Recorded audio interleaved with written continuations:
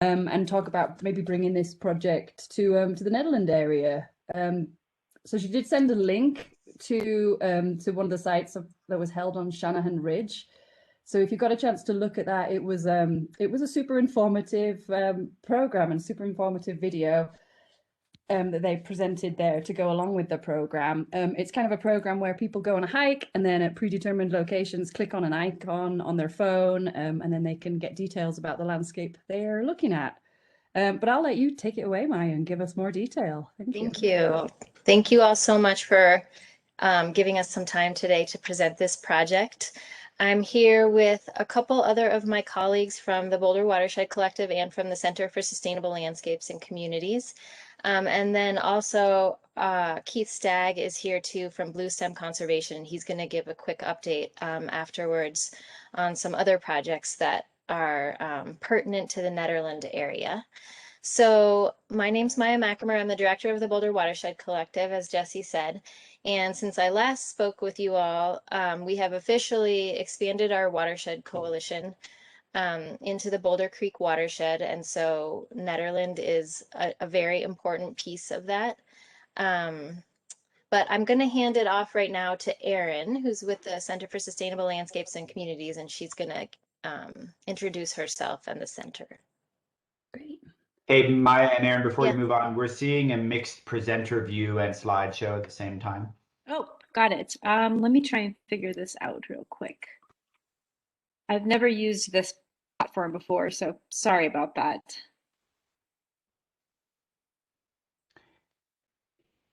From experience, if you're doing a two-monitor situation, I think that can contribute to some of those strange windows thing going on.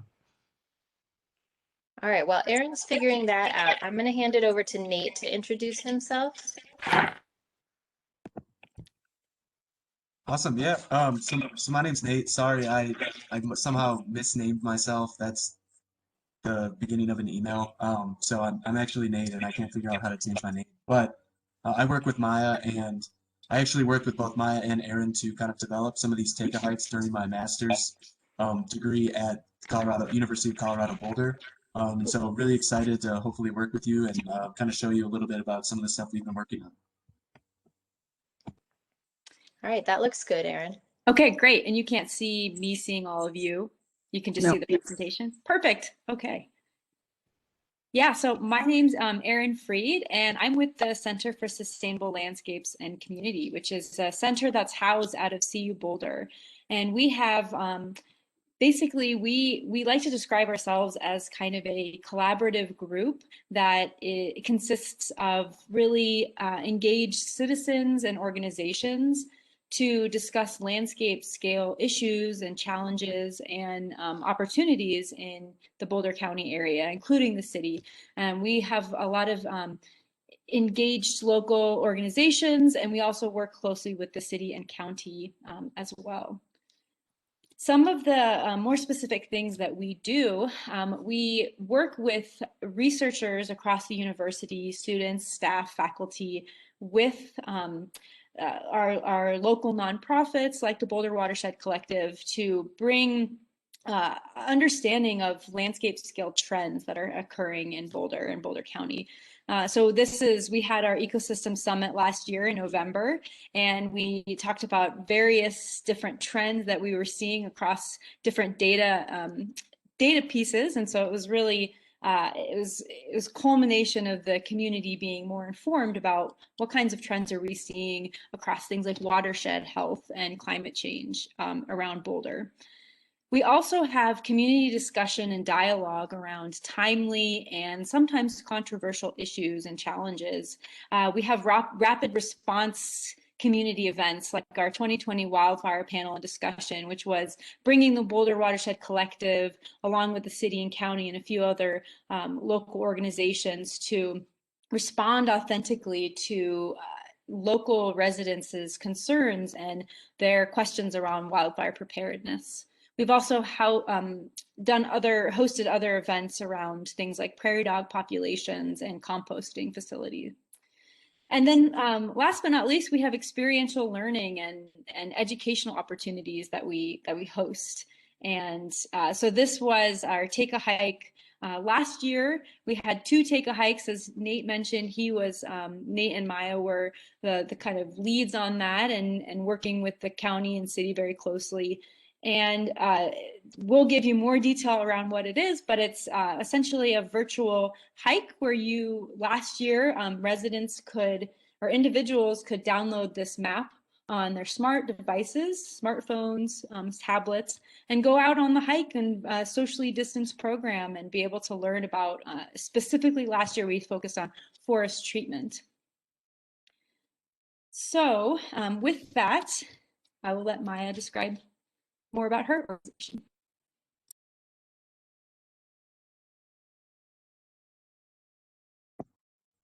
Maya, I think you might be on mute. Thank you. That helps.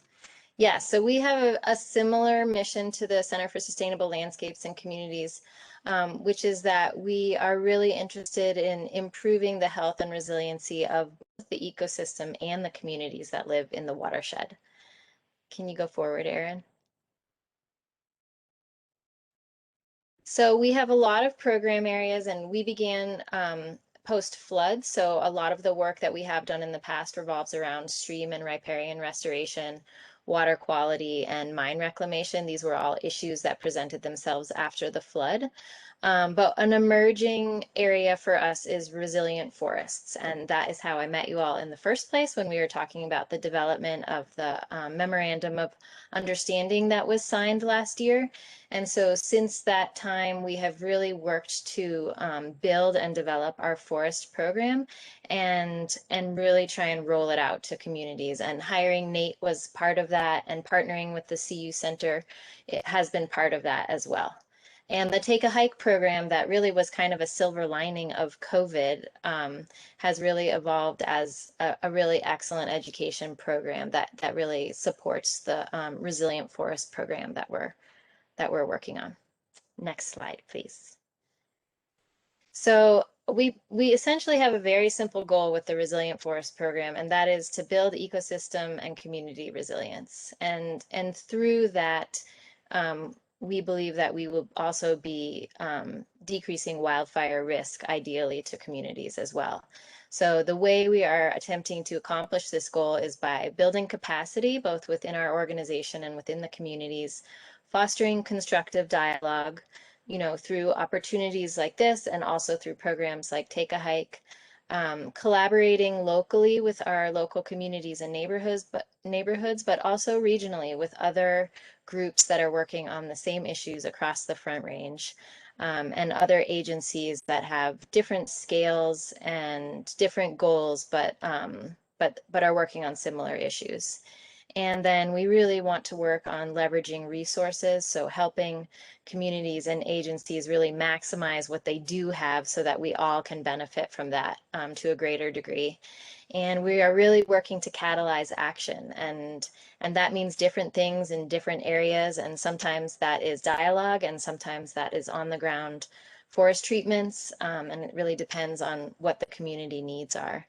And we really want to promote adaptive learning. So we really want to learn from all of the things that we are doing both internally and helping communities learn as well, so that, in these rapidly changing times where we have increased development and recreation and climate change, that we are really flexible and nimble and willing to adapt and learn. Next slide. So the more broad goals of the Take a Hike program is really to co-develop these virtual hikes that are responsive to the needs of the communities and the partners that we're working with. So we have done 2 of these programs so far, and one was a partnership with the City of Boulder, and the other was a partnership with Boulder County. And we started with those groups because they have public trails where we could, really learn how to roll out this program on a public trail that was easily accessible. It had cell service, and we worked with foresters who had, with the city and the county, who had done treatments in that area. And so we really want to work with local expertise but also kind of tailor these programs to the specific community that we're working with and the specific priorities or interests that exist within the audience that we're targeting the program to. And we're really looking to continue to build new partnerships, not just for this program, but for like ongoing partnership, you know, that has to do with education and watershed health and community resilience. So yeah, I think I said that. Okay, next slide. Thank you, Erin. Okay, now we're going to hand it off to Nate, who's going to show you more about how it actually works. Awesome. Yeah, thanks, folks. Just give me a second here. I'm going to share my screen. This is also a new format for me, so just trying to make sure. Nate is actually the brains behind all of this, and he's really the one who has built these maps and kind of like spearheaded all the creativity behind this.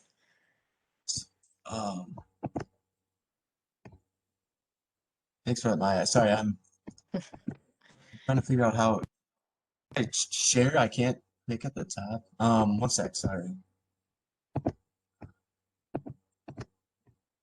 Let's try. Can't get to the map. Yeah, I'm just gonna, I think I figured out what the problem was. Here we go. Now we're cooking.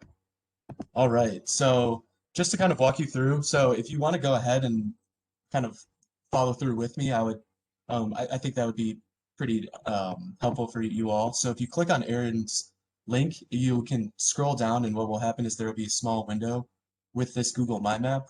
But to give you kind of a run through of how we've done these in the past, this is our Shanahan Ridge. So this was one of our first take-a-hikes. And basically what this allows is we can send this map to folks, and then they can pull this up on their phone, like we had said, but it can also give you like directions to the literal parking spots, which is nice, especially if there's certain restrictions with parking.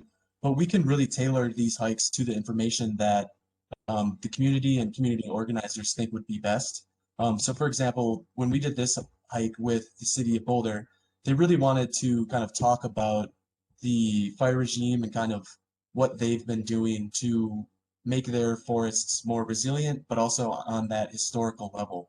And so that was kind of the theme we took. But throughout that, you can do quite a bit. You know, we had other things about, you know, just talking about like municipal water tanks, because this was one thing we heard about from folks when they were hiking. They would always ask what this was. So we can really tailor that to it. And what it allows us to is to also add in picture content. So we could add, sorry about that, we could add certain pictures that could help describe the landscape as well. And we can also put in text and other like informational graphics. I know in this one we have certain like graphics that we created to kind of go into a little bit more of the nuance of certain things that we would talk about in the forest health. But we're not limited to either just forests and fire. We can do kind of whatever the community sees as helpful. So this is our Howell Valley. Unfortunately, as I'm sure you all know, we had to close this take a hike after the Calwood fire started due to there's some safety issues now with the public land and the trails here. But this is another look at kind of, we took this and we wanted to go a little bit bigger on the landscape. So on this hike, we even have certain treatments that the foresters did, and then just little blurbs on why. We even had like wildlife aspects to kind of add into here to explain why certain forest managers were doing the work that they were, to give kind of a background of it. And one thing that's nice too is we can create polygons if we want to focus in on exact areas. So for this, Stefan, the forester we were working with, really wanted to show folks where they had prescribed burned in the past. So that was one thing we were able to do, which I think is pretty interesting because you can see it on the landscape. And then there's another option we could also do. Let me just go back out really quick. And this is one that we've been working, Maya and I have been working on to kind of show specifically more about the watershed. But it doesn't have to be limited to also just like a hike on the ground. We could do something that's a little bigger scale if there were things folks wanted to talk about, because all of this is just a free form on the internet. So you can just post these links out.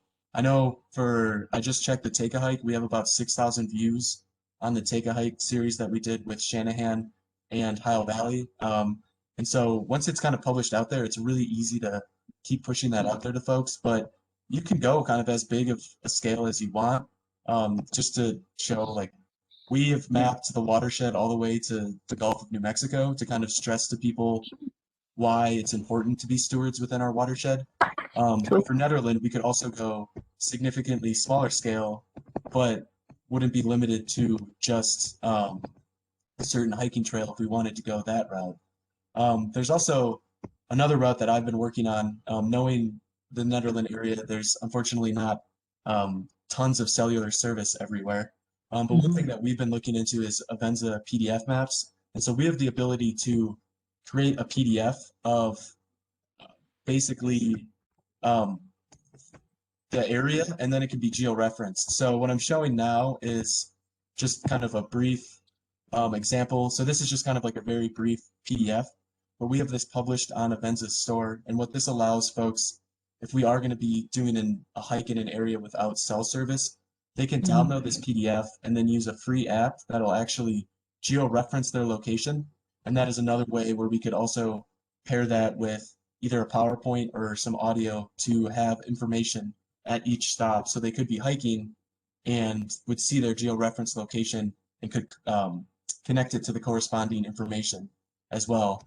And that would be all free to access. And once it's published on the Avenza store, it's a free app, and we have the price for the map. It's free as well. But that's kind of, I guess, the quick. I don't want to take too much time. I can kind of geek out over these maps quite a bit, so I don't want to have us get stuck on here too much. But was there anything else you thought I was missing, Maya? No, I think that's a great quick overview. There's really like so much. We really can co-develop the content with ProSab or whoever you guys think would be the best contact for that, and really tailor it to the ideas of or what you guys understand the interests of the community to be. Our idea was because the funding that we have to support the education that we're doing related to forest health, does relate to forest treatments as well. So the idea was to figure out from you guys who you think the appropriate audience is, and then to find a trail that locals use or visitors use, whoever you think is appropriate, and then partner with somebody from the town or the board, and also probably the U.S. Forest Service, because I think they have done most of the treatments, the forest treatments around Nederland, but that might be a larger conversation also.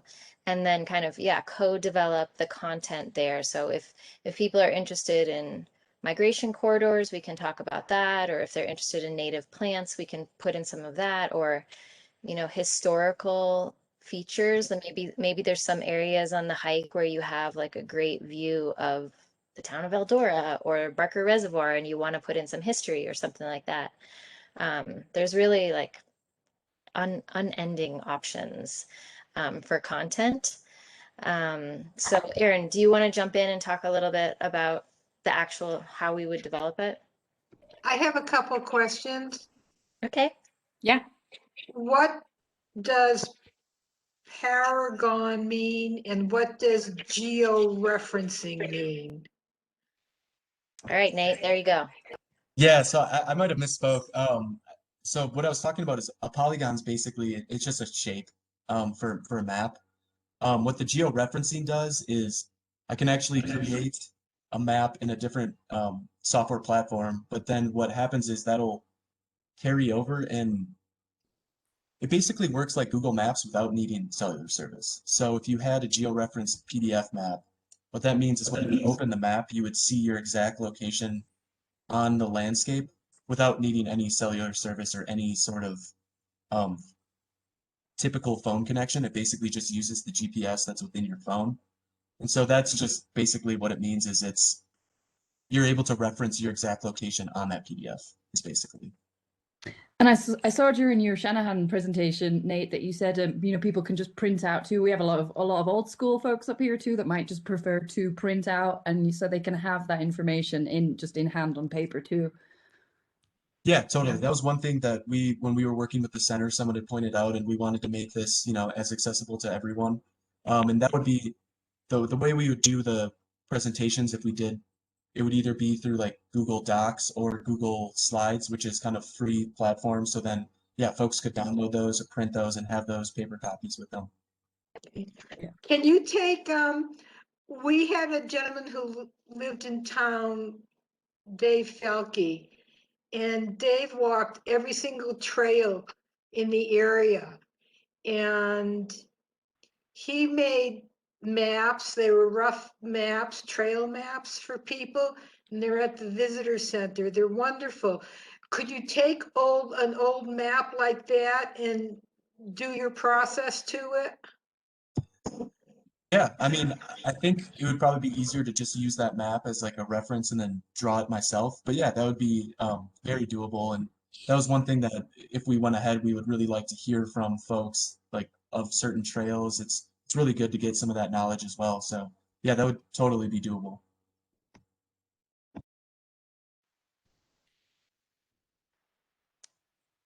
Do you want to talk a little bit more, Erin, about how we could go about making it?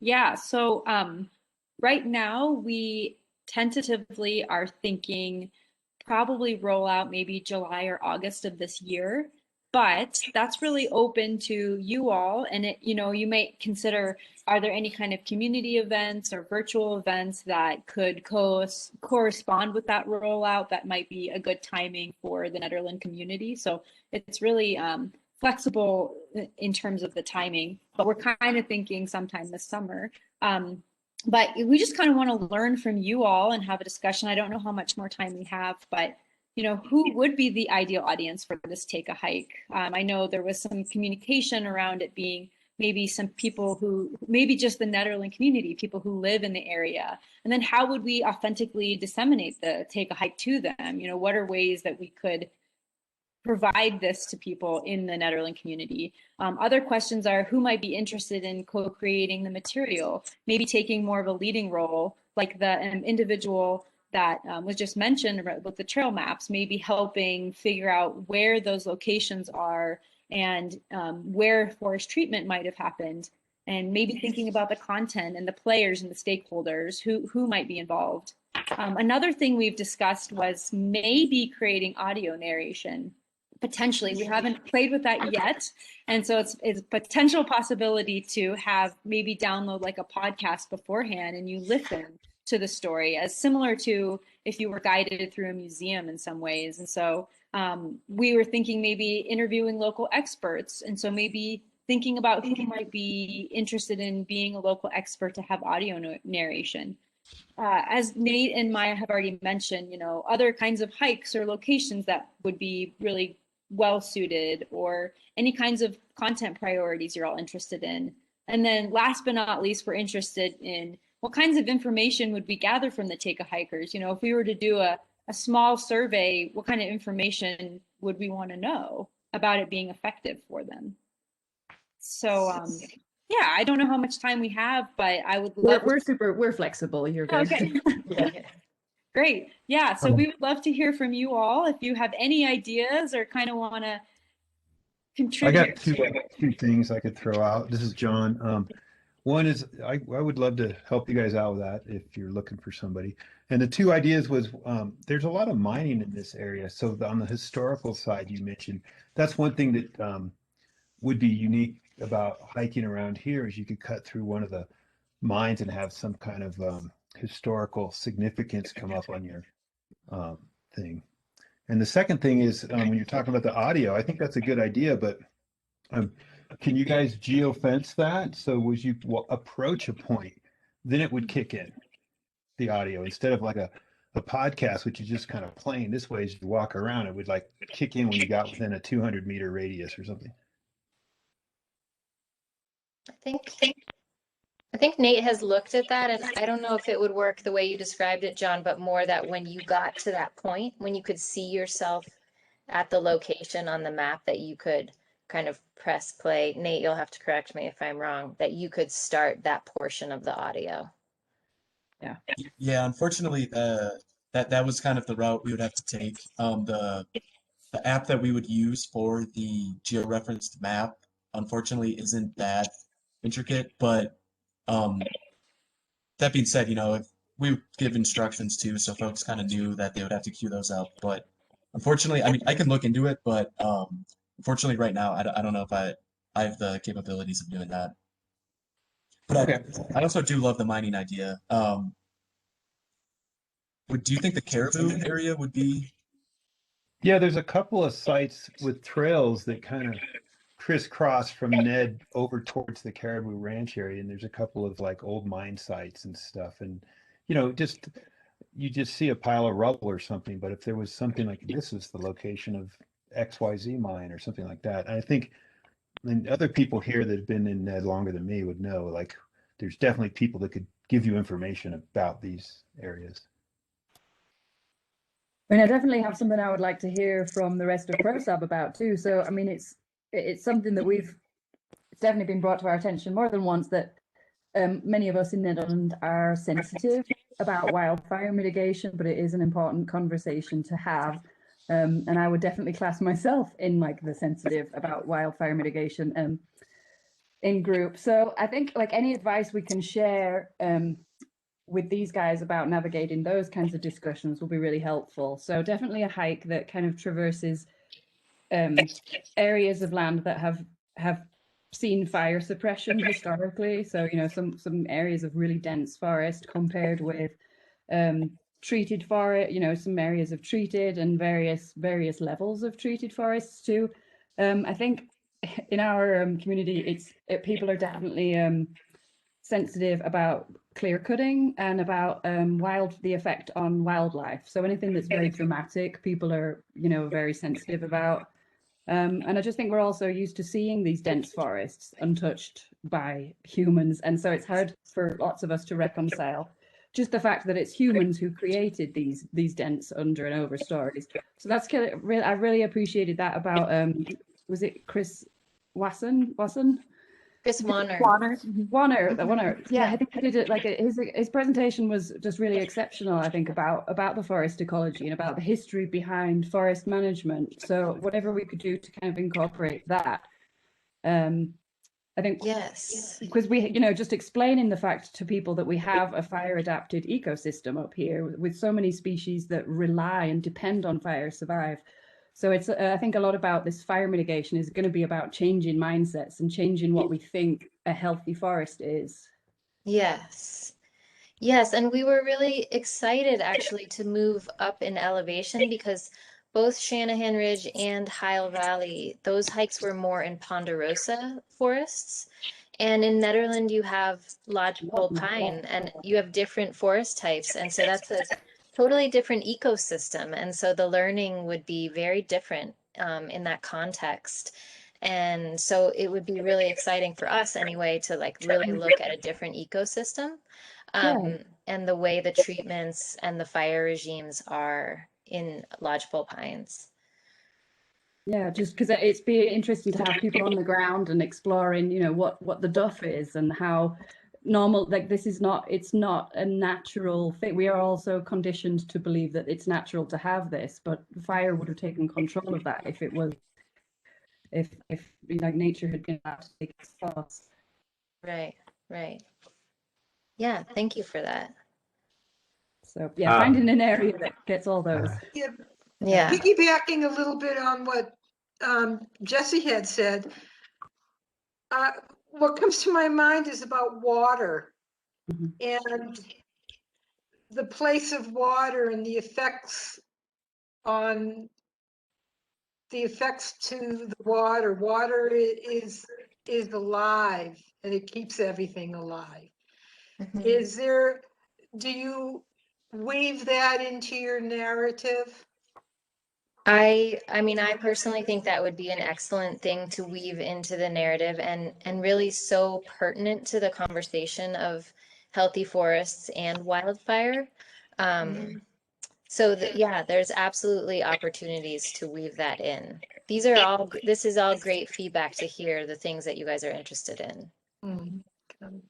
I'll segue a couple items. So one, piggybacking on Natasha's idea, I think that some connections with the Eldora Mountain Resort and some of their use of water, including for snowmaking and how that impacts watersheds and other things would be of interest to the local community here, and perhaps a way that they could kind of give back to the community and demonstrate that perhaps their practices are less destructive than some people assume, or maybe actually to correct their practices if they're doing the wrong things.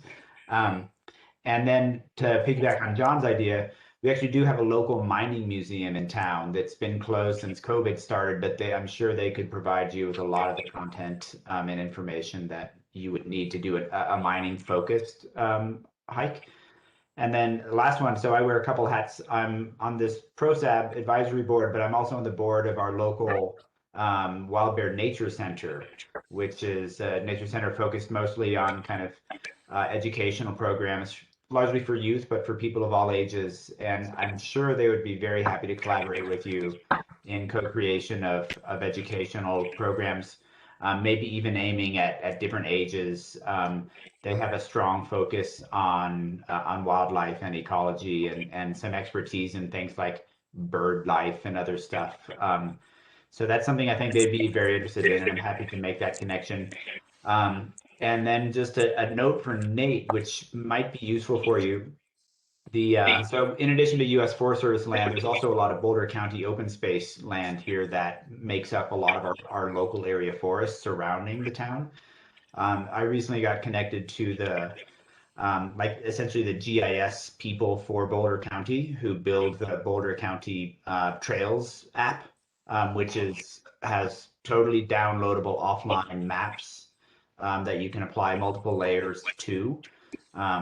So at some point in time, you might want to consider essentially handing over your data to them to make available in their kind of offline app and mapping product.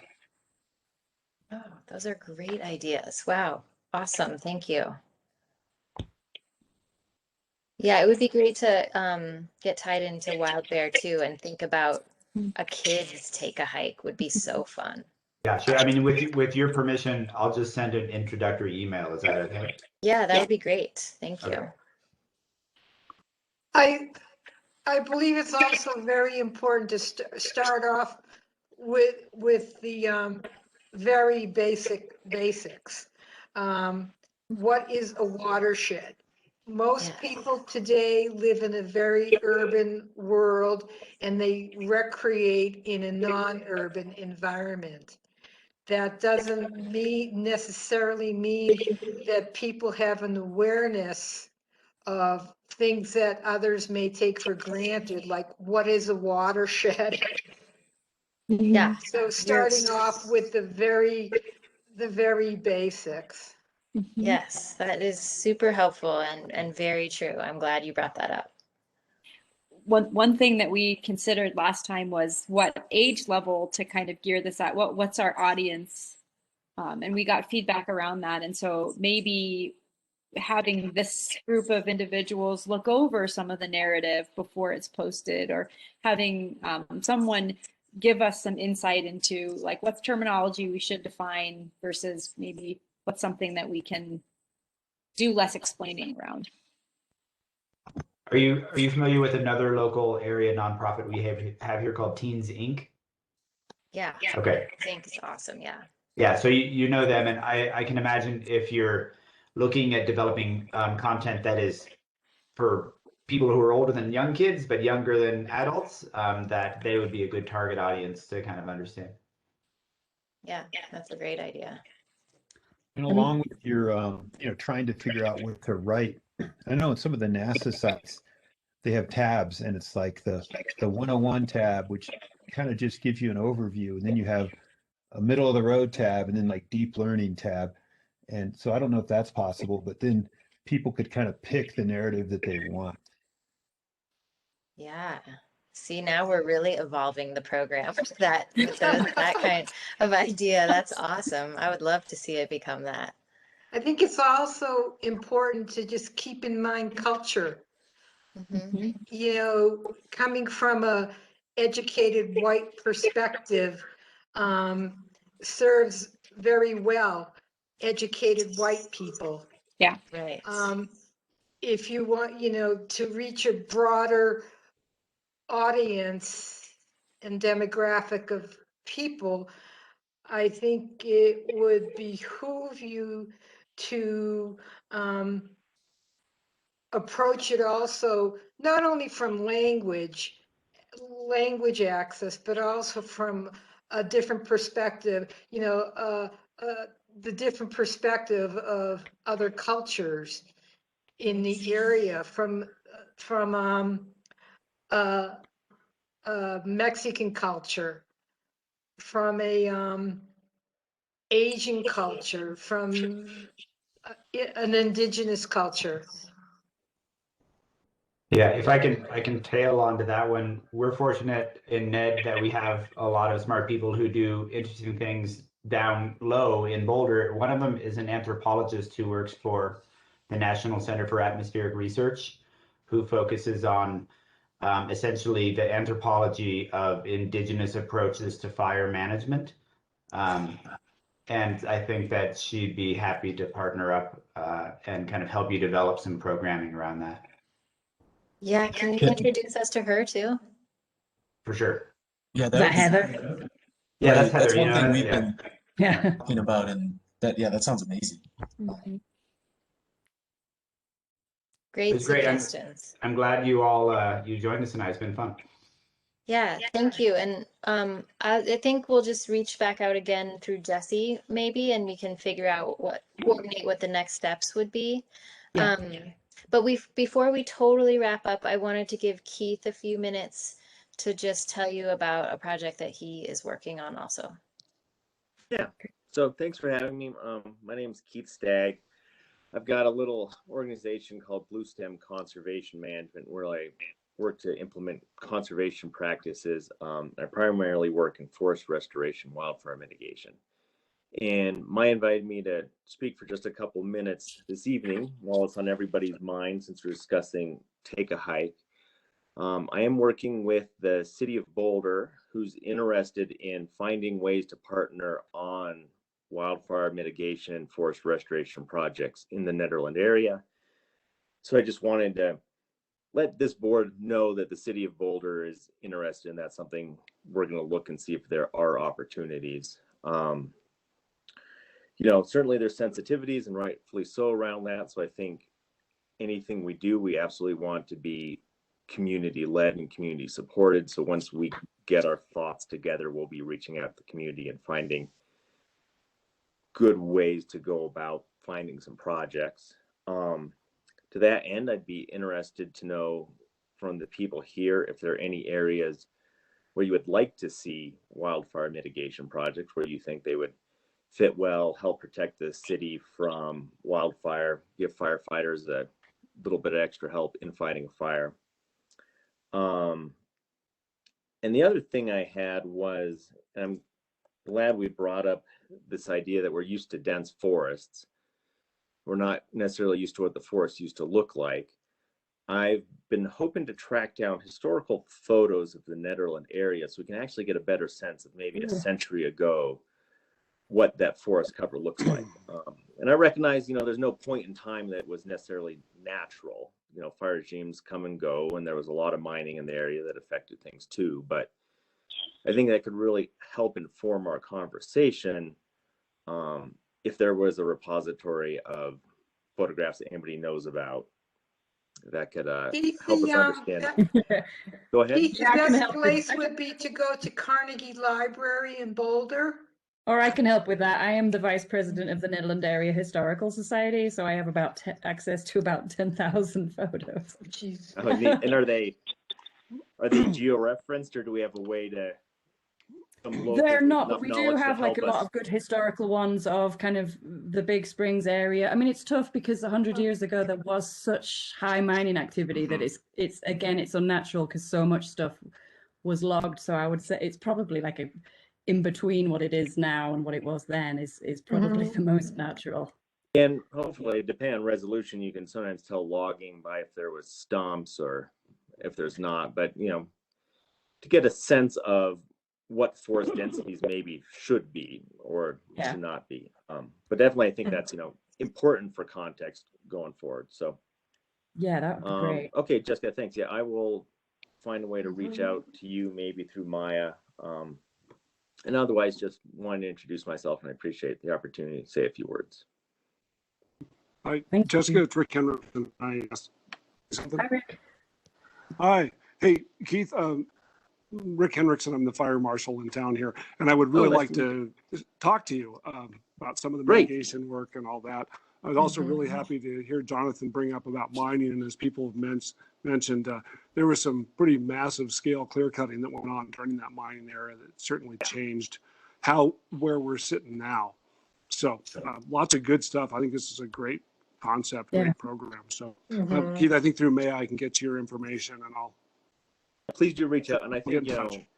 so much of the value of these projects is how can we help that initial fire response? Yeah. Not necessarily big swaths of area, but are there some targeted ways that would be of value? So, please do let me know, and please do reach out. I'd very much value that. I sure will. Thanks, Rick. Thank you. Okay, that's pretty much it. Thank you so much, all of you, for allowing us the time to speak with you tonight. Great. Thank you so much. Thank Thank you. you. Very much. Yeah, thank you. That was Sounds like a awesome. wonderful project. Thank you for bringing it up here. Yeah, thanks for all your feedback. Thank you. So we're going to move on into the next item. We do have on the next item on our agenda is Envision 2030. We were going to be joined by some members of the Parks, Recreation and Open Space Subcommittee to discuss just the status of our current goals and objectives and actions. Do we have anyone? It's Jill and May and Karen. Oh, there you are, Karen. Hi, Jesse. Hi. I wonder if that's Jill as the call-in user. Yeah, looks Okay. like there's a call-in user. So yeah, feel free to just go ahead and tell us, maybe give us the update about what you guys have been talking about, and then we'll kind of let you know about our goals and objectives. Sure. So we're in the process, of course, of putting together Envision 2030, which are the vision, goals, objectives, and action plan for all the different components within Nederland. So that includes government, it includes sustainability, includes parks, recreation, and open space. Jill, myself, and May are leading up the subcommittee for parks, recreation, and open space. And so what we're working on right now is the vision, goals, and objectives. And we're to have that complete by April 1st. And then after that, we work on the specific, defining the specific projects and initiatives to achieve the objectives. And that is due by June 1st. So our plan is to use the 2013 plan, which has in Chapter 7, there's a matrix of goals, objectives, and actions. And so what the help that we could use from PROSAP is to look at the status of those particular items. And I have that chapter online that I could share.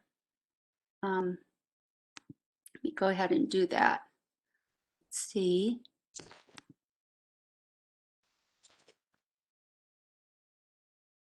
Okay, there it is. Chapter 7, Recommendations and Implementation Matrix. So what I'm hoping that we can do during this meeting, and if we can't get it done during this meeting, maybe we can get together at another time, is to go over the goals and objectives and to see if those are still relevant. So there are 4 different goals: an overall goal, 1 for parks, 1 for recreation, 1 for open space, and 1 for trails. And under each of those goals, you'll find objectives and then actions for the objectives. So the very first goal is basically the vision, and it is the objectives there apply to the entire parks, recreation, open space, and trails. So the very first one talks about funding and staffing. So I'd just like to get PROSAP's input on whether you think that is still a good objective to have for the next 10 years. This is Atashna, Karen. I think it's an excellent objective to have for the next 10 years. We've been discussing it. We don't have a budget. There's many things that we've discussed and looked at, and they all require money. And so we've had discussions about this, and I'm on various committees, and the one thing that keeps coming up is a grant writer. We need a grant writer. All these ideas are wonderful, but without the money, they're not achievable.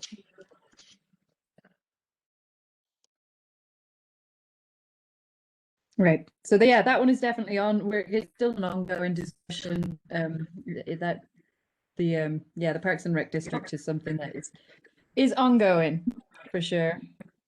Okay. So object. Anything else yeah, in that first one? Develop and implement a sustainable maintenance plan. Definitely ongoing. With creatively. This one. Yeah. Oh, for. Objective 1.1 Part B. Okay, so I'm not sure we can get through all the actions tonight. But if we can, we could go ahead and do that. So I mean, honestly, it might be easier just to say which ones are not ongoing, because almost all of them are. Okay, so for A, you say yes, it's still ongoing. Oh, wait, let me see. I'm just going to edit this directly. That addresses a Parks and Rec district. That became dormant for a number of years, and it's recently been resuscitated. So it is an ongoing discussion. I just realized I have to plug in my computer. I'm running out of power here. So, okay, and I want to change this. Okay, so for A, you say that is ongoing. Conduct a feasibility study for Parks and Recreation District and move forward with information of the district if financially feasible and pursue alternative options if not.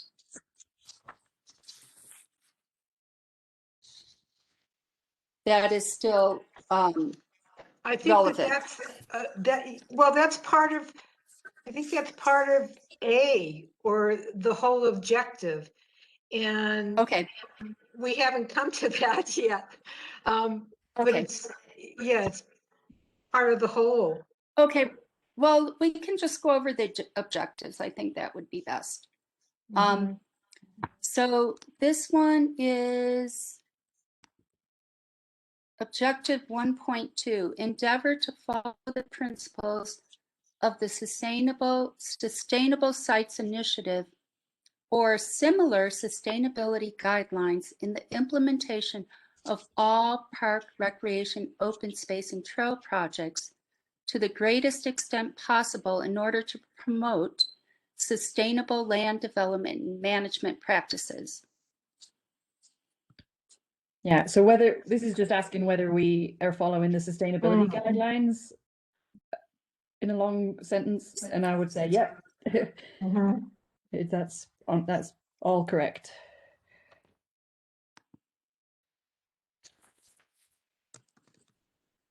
Okay. Any? The next one is 1.3. Pay particular attention to the recreational needs of youth, the future of our society, and seniors, a rapidly expanding demographic. Well, I don't think that we're paying particular attention to it. It's just we have that awareness and it's just part of all of our discussions. So the question here is not whether or not we are doing these things, but whether or not these should be objectives for 2030, right? Exact objectives. Correct. Right. Because it seems like we're discussing it as if it's a question of whether or not we're doing this now, which I don't think is the question. I think it's whether this is what we want to do in 2030. Still an objective. Yeah. Yeah. So we're working on goals and objectives through April 1st, and then April 1st through June 1st, we'll be working on particular actions, which can be projects or initiatives. So what I'm looking at is, you know, we also have a list. Okay. So we just want to that at some point. Okay, so that one is yes. And maybe it's more of an awareness. Okay.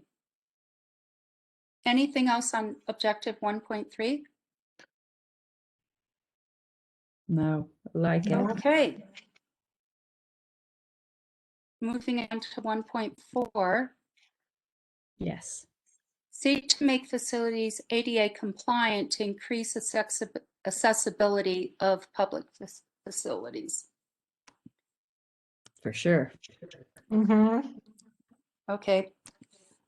Karen, is facilities considered to be all encompassing there? Or does facilities specifically mention particular features?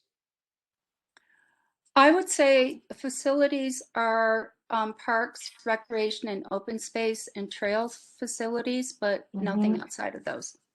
Great. That's what I was just wondering. It wasn't just, you know, bathrooms or gazebos and such.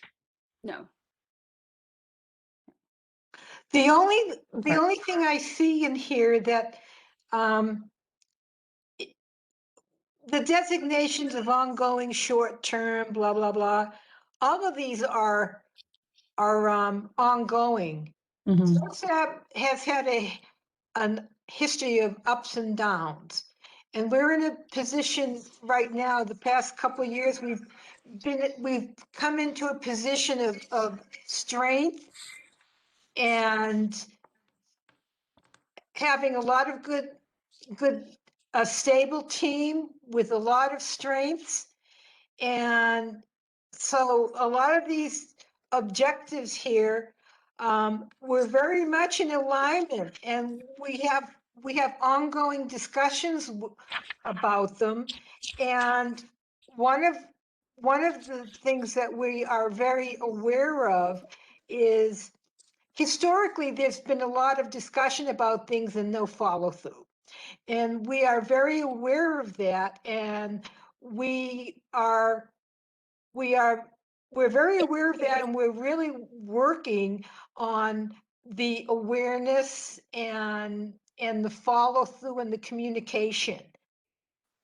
So short term is, well, to me, short term just seems like an irrelevant term because it's all ongoing to a conclusion. Yeah.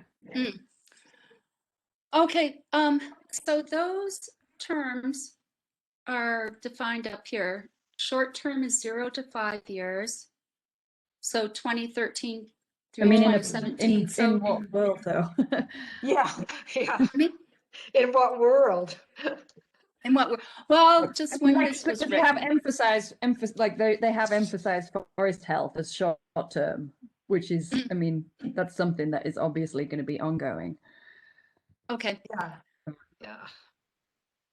We're not going to so for 5 years. I would say to not pay any attention to those terms. Yeah. Okay, Yeah, for now, we're just looking at the objectives, but Okay. when we get to the next month, when we look at the actions, and I hope you'll be helping us with that too, Okay. we can change the time frame appropriately. And if they're all ongoing, then we just remove that column totally. Yeah. So Yeah. let's see. 1.4, yes, okay.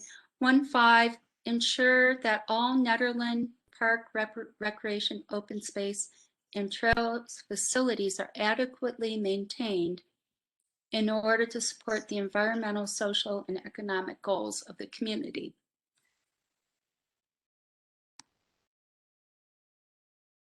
That's another thing that we are working on with Public Works. It has been brought to our attention. It is an ongoing issue, and we are addressing it. Ongoing objective that still applies. Yes. Yeah, for sure. There's a lot. So, There's a lot. Adeshan, are you talking about the ADA compliance? Well, Just the adequately maintained. Oh, the yes. maintenance. The maintenance. Okay.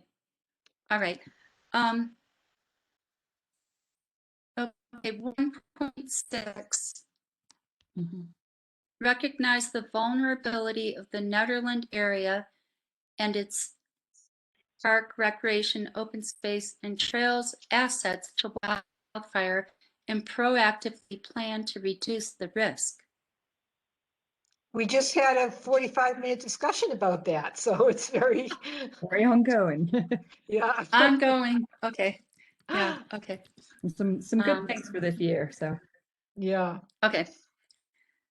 So 1.7, make park, recreation, open space, trail related community outreach and education a priority to promote a well-informed public. Say That's communication, and there's been problems in the past, and we've straightened those out, and we're on a really good path now in terms of communication with the public. Okay. Yeah. but yeah, definitely ongoing. Always. Okay. Objective 1.8, consider parking, bicycle, and pedestrian needs for park, recreation, open space, and trail assets, and encourage sustainable transportation at all the facilities. Yes. Yeah. Okay. Yep, that's Ooh, part of our. There's one we can take out. Action goal 2.1a. Yay. Okay, what about that one?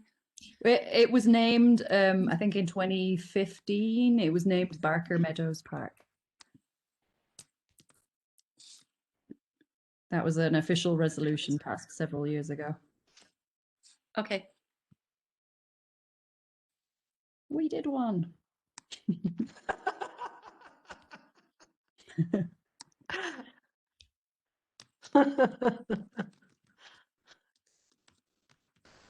In Barker Meadows Park. That was a resolution for the town? It was. Yeah. Okay. Okay, 2.1, implement the Gateway Park Area Master Plan in order to expand social and recreational opportunities and enhance environmental stewardship. Ongoing. Yes. Yeah. Okay. Okay, objective 2.2. Improve safety and operation of Nederland Ice and Racket Park for all users, including ice quality issues to alleviate skater safety concerns and extension of the effective ice season. That's something that we've just started discussions with the principals of the various nonprofit facilities in town. So that's ongoing. We've just started to address that. Yeah, we just started to build up some kind of closer relationships with these nonprofits that are running these recreational assets, which is Mhm. going to be a really important thing for ProSab in the future. Cool. Okay. Objective 2.3, continue to create and implement management plans for all town parks to enhance sustainable operations. I would say the park, Public Works is working on that. So apparently this refers back to objective 1.5, which was probably the overarching objective for all of ProSab. Adequately maintained. And this one is just applying to the goal that we're working on currently, which is the parks. Yeah. So ongoing. Okay. Yeah.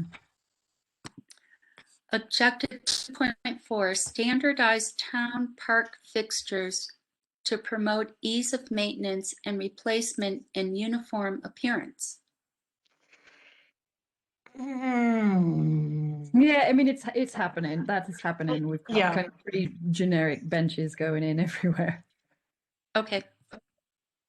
And signage, we're working with DDA on signage and working with Public Works on benches. So yeah, that's an ongoing. But they do have Public Works does have a guideline plan with all that. Those I don't think we've ever got that off of Chris, but yeah, he does have the standard design guideline for that.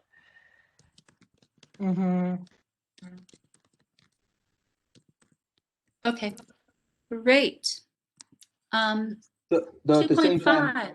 sorry, I was just going to say about 2.4 that it would also be nice if we maybe continue to think of our parks from an aesthetic point of view, and make sure that there are unique features that match the character of the town and that speak to kind of our kind of community ethic. Yeah. And so not just making everything generic, but that we also have this other side of things that is unique to Ned.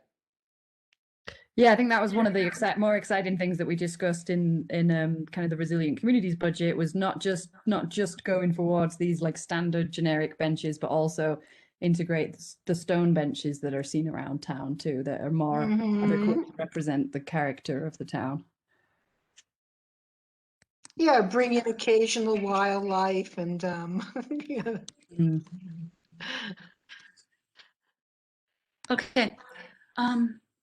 2.5, support efforts to provide facilities for community gardening to expand locally grown food and enhance community health. I think that's the purvey of SAB, not ProSab. And we do work collaboratively with the other advisory boards, but objective 2.5 is more in the purvey of SAB. Yeah. Yeah, the growing of food doesn't really fall within Park and Rec. So if you look at action A, it talks about a community garden and a greenhouse. Yeah, it was one of the low priority items identified in the 2013 Gateway Park plan. So it was never a high objective, even when it was initially brought up in 2013. Okay, and then it was never listed as a must-have item. It was if the big hill concept doesn't go forward, then we can explore kind of these second-tier interests. But now we have such good kind of the Nederland Food Pantry is doing such an awesome job too. I think we'd be better off supporting their goals. Their efforts. Yeah, they have the community gardens behind First Street along the creek. Yeah. So that one is probably already underway because we have 2 community gardens now. Yeah. To expand local. Okay, so we should remove this, is what it sounds like. Yes. Yes. Or just We say agree it's with it. been We met. definitely we support it for sure, but it's not Yes, under our purview. but that's been met. Okay. Do you want to leave it in or take it out for 2030? Well, I think maybe if it were Mm. articulated there in the column where it says town ProSab, if it was more town SAB and then with the input of ProSab, that would make more sense to us. Mhm. Okay.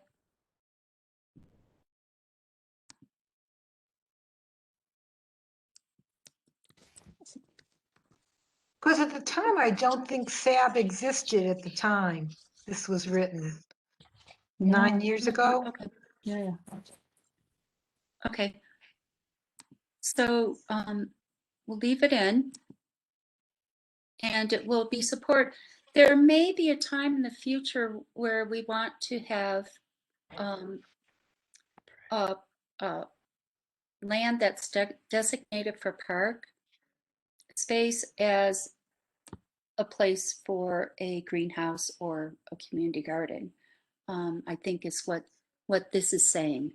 I'm not sure what other support ProSab would provide. Would it be on an education piece that they would have this provide support? How you can grow your own food, the benefits of doing so. See, that's all under what SAB had planned on with their greenhouse. So, you know, I think it would just behoove us to just take it out. Yeah, we would advise. I think our position is to advise on locations when someone comes to us with that kind of proposal. Yeah. Okay, so we're going to remove it. Kind of in the same way that, you know, any proposals, if anyone proposes any kind of construction on parkland, then we come back with input. Okay. All right. Sounds good.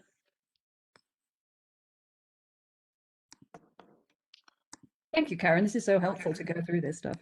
Yeah, it really is. Yeah, we're cruising along here. Objective 2.6. Support efforts to create sustainable recreational opportunities for dog owners and their pets. That's definitely a conversation that comes around. But it's not feasible. It's not feasible. Well, not in the Barker Meadows Park area, but I know some of the conversations have been regarding some of these pocket parks. Oh yeah, yeah. Well, and if you look at the actual objective doesn't, yeah. See, it talks about developing a compostable dog waste program. So, and you are putting up the dog container stations. Yeah.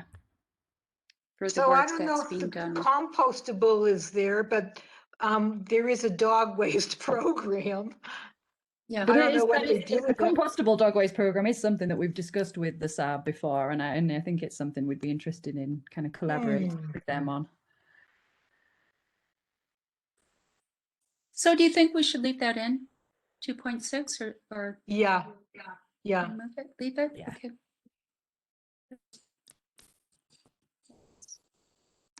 Then we get to the recreation objectives. And the very first one is support the measured need for indoor aquatic recreation by creatively exploring ways to compensate for Netherlands' lack of a pool. So put that in plain English, please. I don't understand what that's saying. What's the bottom line? Well, you can look at the actions. Creatively The explore actions ways. talk about negotiate agreements with area pools for a community discount. Support a reestablishment of the Gilpin connector. Explore options to promote carpooling among pool users. Explore partnership opportunities to build a community pool. So okay, I'll just address those from a historical perspective. But whether they should be objectives going into the future. Oh, I see. Okay. number C, I see number C and what is it, number A and number C, and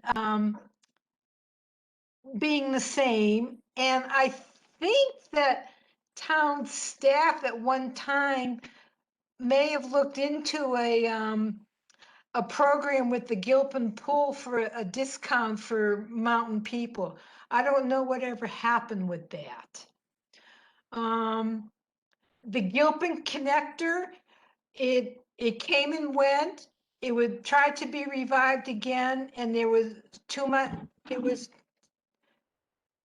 was too many blockades, so I would take the B out. I think there is a transportation component on the Envision subcommittee. I think there's a subcommittee that has something to do with transportation. And regarding D, there's so many factors why we will never have a pool in Netherlands. But it's not that. The question is, would we like that as to continue that as a goal? And that is something that it's like something that we get regular feedback on. Is like, I why know don't we get regular feedback on it from So it people could who be haven't a- been around. I would it, yeah, say it could be a no. goal.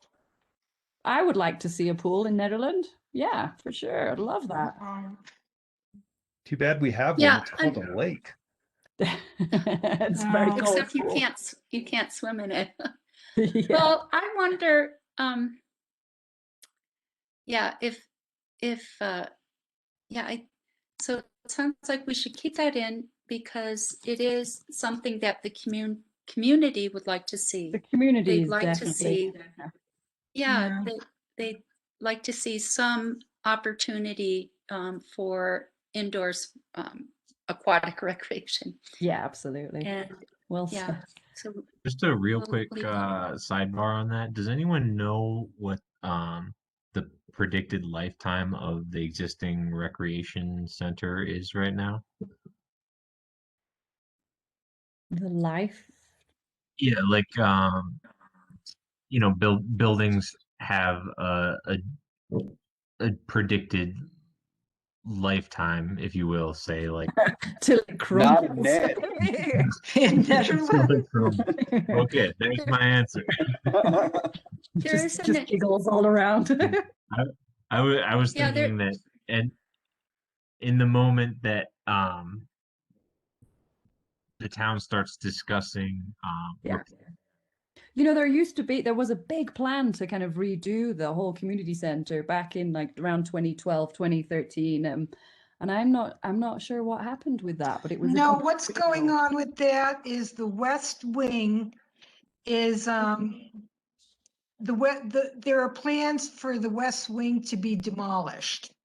Yeah, I mean, it looked like a complete rebuild back when, back 10 years ago. So Well, I could probably find some of the pictures of that, but yeah. I think it was more a remodel, demolishing the West Wing, and there's a site plan that I have to that's to put a new structure there and integrate it all into the main building.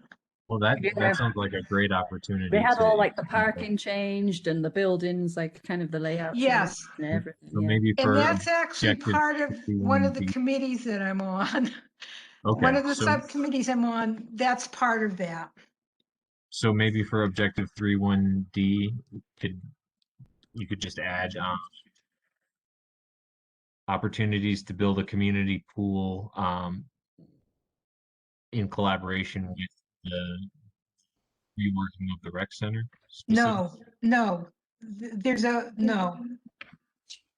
That's, I'm saying no, and I don't mean to be snotty about it, but the plan as it exists right now is to put a 2-story building there that will serve as a human services facility. Okay. Health and Human Services facility. There's more about the community center coming up. more objectives about it. So let's move on to, we decided to keep 3.1 in, and let's move on to objective 3.2. Okay, And 3.2 has been going on for 40 years. And the primary person who spent a hell of a lot of his own money on all kinds of studies that were presented to the community and discussed ad nauseum is Ron Mitchell. He's put a lot of his own time and money into this over the past 40 years. It's dead in the water. There's so many liability issues and climate issues. It doesn't change the idea that we want to. I mean, I just find the wording interesting. Like, we should put explore a boating program instead of institute. Like the decision is already she's writing made. investigate in the comment. Investigate. It was never a done decision. So institute a boating program just makes it sound like the decision has been made. But explore and like open the discussions up. Yes. Oh, I just disagree because I've been through this for 40 years. I agree with you, ad Tashna, nauseam. To keep revisiting it, I think is absurd. I do fundamentally disagree that this should be an objective. Okay. It's not a vision. That's a specific idea, like one specific project. Oh, right. I disagree, but you guys can remove it if you want. Right. No, yeah, exactly. And I think John is a really great person to talk to about this, because you've got like the other perspective, and I think that's a really valuable side to listen to too. Yeah, and especially when you look at all the different other water bodies in Boulder County, and our water body, even if it's only available to do this once every couple of years, it's still worth looking into, because why are we being persecuted versus the other water bodies aren't? It used to be owned by Excel. It's now owned by the city of Boulder. I got it, but that doesn't mean that they should still enforce that same rule 100% of the time, when in other water bodies they don't enforce that rule. But as you can see, Karen, this is just one board. Like, we've got really like a real variety of opinions. So the community kind of reflects that too, and I think so that's why it's kind of a controversial issue, and definitely not a high priority. So we'll be coming up with these goals and objectives, and they'll be presented to the various advisory boards during the month of April, and they'll be presented to the community too for feedback. And so we won't, we'll have time to revise these. And so I guess I would suggest right now that if we think we could use some more input from the community, that we leave the things in where we're a little bit unsure about whether to keep it in or not. So I would say we leave that in and just change the wording. Okay. I mean, it's I guess this is, I know this is drawn from the 2013 plan, right? And so it's one of those things where I hope that the Parks, Recreation, and Open Space Envisioning Committee is not too tied to that plan and is open to sort of like expanding beyond the borders of that plan, and maybe saying that we need to institute a new one altogether. But this seems like, it just seems like such a specific project. Yeah. And generally here we've been talking big picture, like the need for aquatic recreation in general, I think is a fine objective. But to say we specifically want to investigate this one project, it's like having specifically the bike park thing, or a specific, But on the other hand, it's not, because the water activities, all water activities are prohibited, right? So we're not saying like it's just skateboard. I mean, it's like you could have kayak, you could have, whatever. There's many different activities. This isn't one activity. This is just the whole concept that no one's allowed to touch the water. Yeah, so in that sense, I think it would be potentially more in line with the rest of this document if To it were ex- actually under the previous objective as one of the actions, one of the Mhm. potential actions. Or how Not like about, this you know, whole it's not separate just objective in and of itself. it's not just about boating, it's about letting children put their feet in the water, or about letting dogs drink the water, you know, that kind of basic stuff too. Okay, well, action A, the way action A reads under 3.2, that's already happened. Yeah. It's already happened. Okay. Denied. And So what but I, it didn't happen to, in the event of some people that live up in the area here, they just said no, and then you just walk away from that. I don't think that's a good No, answer. that's not it. There were committees, the fire department, all kinds of town organizations and agencies and private individuals. There were numerous discussions. So what the action item is referring to, all these discussions and meetings took place around that action item. And then it was concluded that for various reasons that it wasn't going to happen. Yeah, that's exactly right. And that's why it's still on the list so that we can see why it is, because it comes down to money, which you alluded to earlier, right?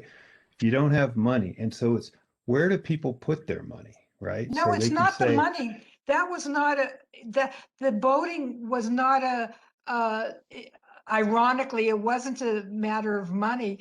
The main issues came down to liability because of the weather right, and and. liability means money. Oh, I see what you're saying. Okay. Yeah, so it's like nobody wants to change the current liability situations, although on other water bodies, somehow they magically have It's because ways to our take fire care of it. department doesn't have, you know, the capability to perform all, Yes. you know, emergency rescues and things that would likely be necessary. I mean, this kind of falls under our other objective, which may not be listed under here either, and that's kind of a big one for us right now, is just to gather historical documentation of previous decisions and discussions that have gone back in, you know, in the past, and that's kind of one of our main problems, is digging up these like historical issues that have already been kind of through. It's a lack of continuation of information that we struggle with. Continuity of information, and that's what I'm going to be working on. I'll be getting with Miranda about the old documents. oh, okay, I'll add that as a top level objective. Gather historical info. All right, well, I'm not really sure what to do with this one about the reservoir, boating on the reservoir. So I think I agree this should not be an action. Instead, the objectives are SMART goals, measurable goals. So they're a little bit more specific than the top level goal. And then the actions are ways to achieve the objectives. So this is pretty specific. Yeah, and so specific goals like that, we would have to take those back into the other objectives too, the sustainability objectives. So any like specific kind of objectives like that, we would, and you know, we would need to take that and then go take that into the sustainability objective and make sure it's meeting those goals too. Yes. So it's a different tier. Do we want to keep this in and just change the word to investigate, or take it out? I'd be happy with that. Okay, let's leave it in for now. And then I there'll don't always be an like leaving it opportunity. in as an objective still, just for the record. Okay. And I'm with Eric. I don't agree with leaving it in. There's also some more wording in that, because there is not a demonstrated need for local. And one of the things it's a want. was everyone coming up from Boulder and wherever dragging their boats along. There's not a lot of local support, but there is a lot of support from non-local people for this. Yeah, that's Well, a there's good definitely point, local Tashna. support. You might not agree with that, but I would There say is a lot, there is. but it like Tashna has a good point there. It's not a need; it is a desire. Mm-hmm. You're not gonna, you don't need to boat. Exactly. Like, yes, Yeah. but it shouldn't just be, I don't want to say the word like abandoned, but I don't think Yeah. if there are definitely people here that think that would be a nice thing to have. Oh, yeah, and John, I'm not saying that there aren't, that everybody is against it. I know quite a few people who would really welcome the opportunity, but there is not a demonstrated need for it. Yeah. I'm not advocating to remove it because there's a history here and it's coming from that strategic plan.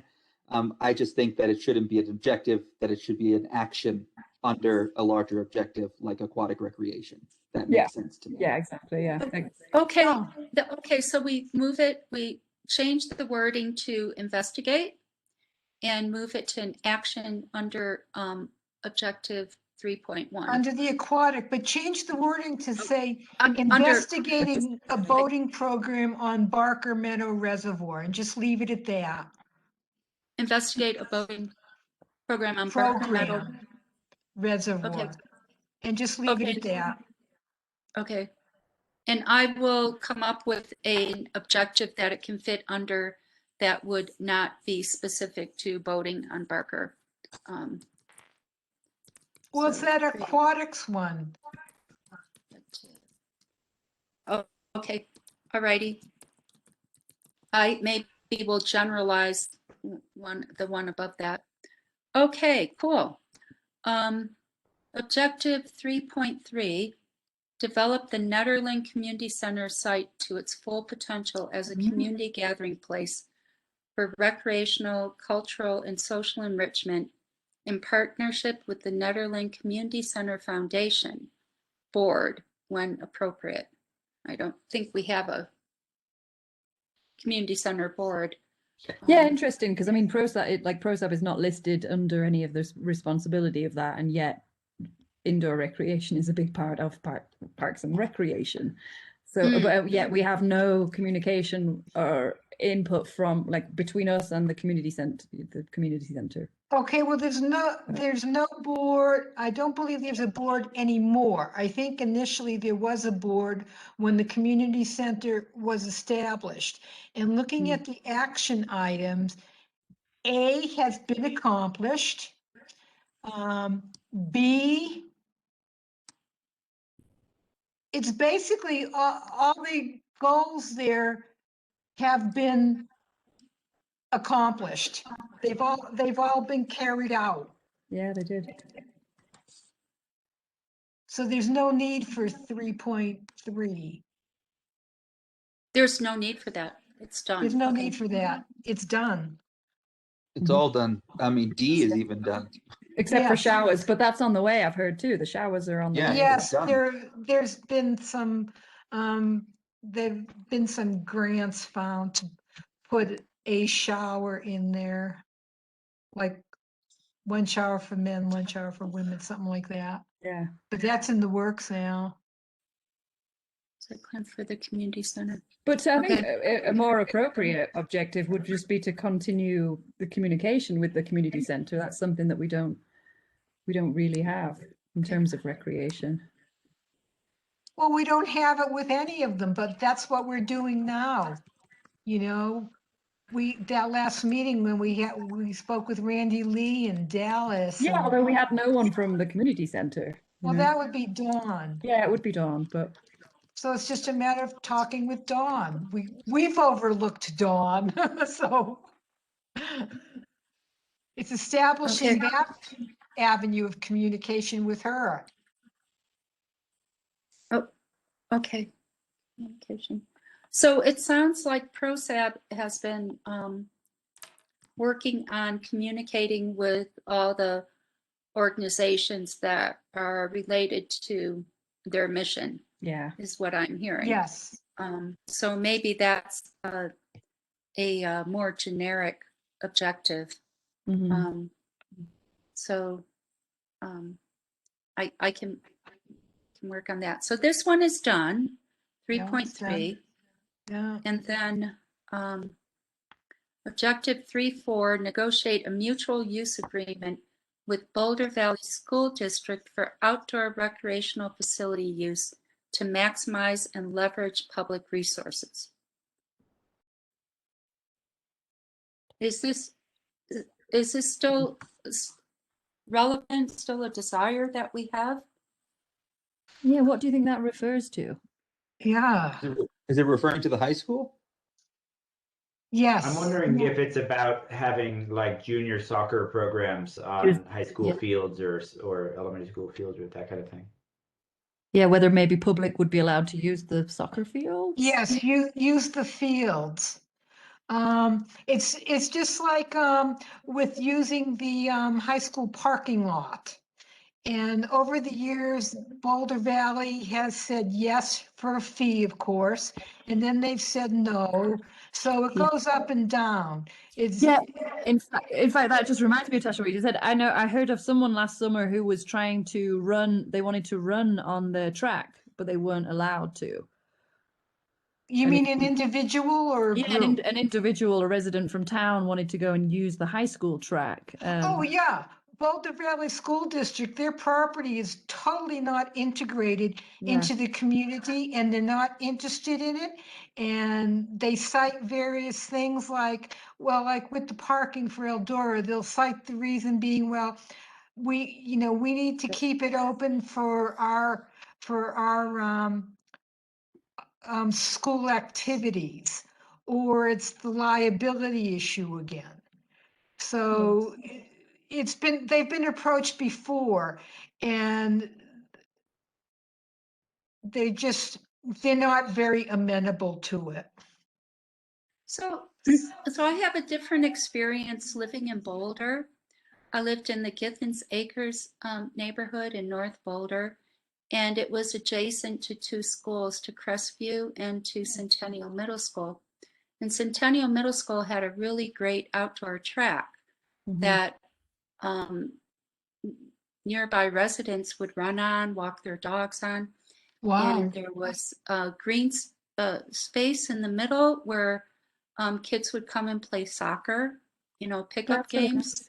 Cool. So I don't understand why there was an issue with using the track at the high school, middle school up here in Nederland. I think, yeah.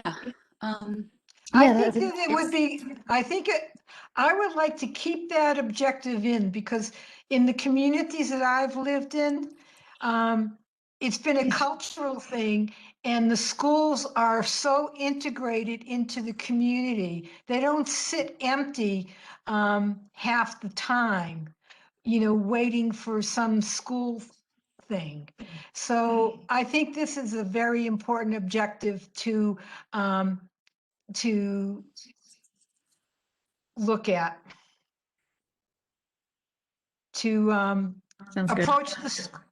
approach the district again about public use of their facilities, their outdoor facilities. Just to remind us to kind of keep trundling through this as quick as we can, as we do. We've got lots more stuff to cover after this too. Yeah. Okay. Well, if You're you fine, have Karen. No, another you're fine. Okay. 3.5, support area nonprofit organizations offering critical recreational programming to the fullest extent possible. Example, the Rink, Peak to Peak Soccer, Nederland Youth Hockey Association, Nederland Tennis Association, Teens Inc. This is included in feasibility study for a district. That's something that is in one of the objectives above about Parks and Rec, because we've been discussing this. We're in the beginning stages of looking at this as a whole picture. And this is part of it. So I think objective 3.5 does not need to be there. It's redundant. Yeah, where would that go to? One of the ones higher up. Yeah, I remember. Okay, it says objective 1.1a. Feasibility, okay. Yeah, I think we started talking about that when we were talking about the community center, but the community center, I don't think specified the nonprofits. Yeah. Objective.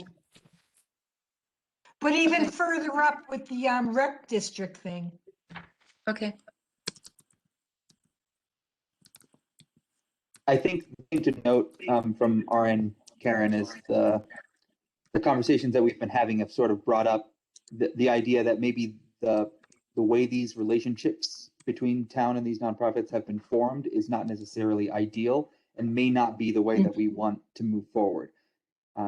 So we want to find a way to better manage the assets and to work with nonprofits to do that. But the relationship we currently have might not be the best way to do that. Well Very said. Yeah, it is. We're in a tough situation now where we rely on nonprofit organizations to continue our recreational assets, which is this is an odd kind of situation to find ourselves in. Yeah. Gotcha. Okay. 3.6, support community demand for additional gardening opportunities, both communal and individual, to promote the health of the community. That's already been accomplished. Okay. Yeah, I think our kind of area falls more under the kind of mitigation of yards rather than the planting of materials. All right, exactly. Well, however, here we're looking at local food production and composting. So this would be. That's a Saab thing. That's Saab, yes. and the food pantry is very active with that. That's why I say it's already been accomplished. Okay. Okay. So I think that can be removed. 3.6. Okay. All righty. Okay. 3.7, address the need for safe venues for recreational sport shooting. Acknowledge the negative community impacts of shooting at the old dump site off Magnolia Road by supporting the efforts of the U.S. Forest Service to lead a multi-county task force to locate appropriately site venues for this activity. That's already been accomplished.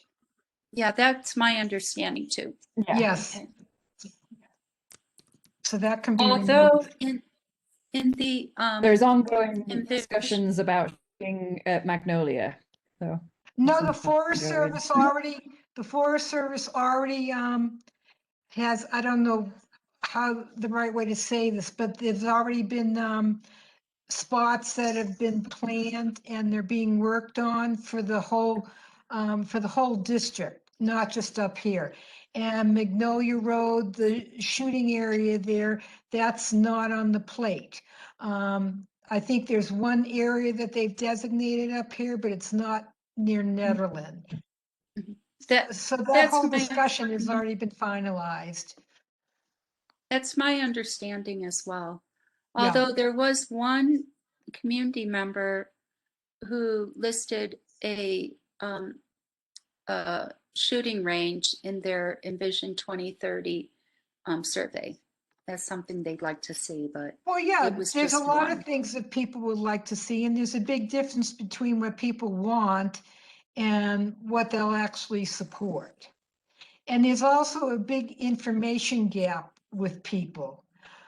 So somebody writes down that they support that or this, but many times people will write things down, but they don't really have any information about what's going on.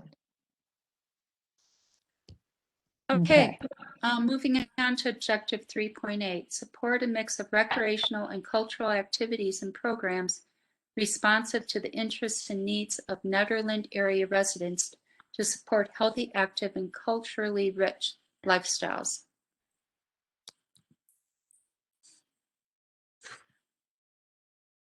There's a subcommittee now that's addressing that, arts and entertainment. They're addressing all of that. yeah, I'm not sure what we could do rather than, other than provide accessible open space. What more? Yeah. SAB should be doing in cultural. Well, I mean, I actually Well- agree with this a lot. I mean, in the sense that ProSAB has no programming, like at all. No. Most parks departments in cities and towns have some kind of program. Hey, except and for we have noxious none. weed pulls and our trash pickups.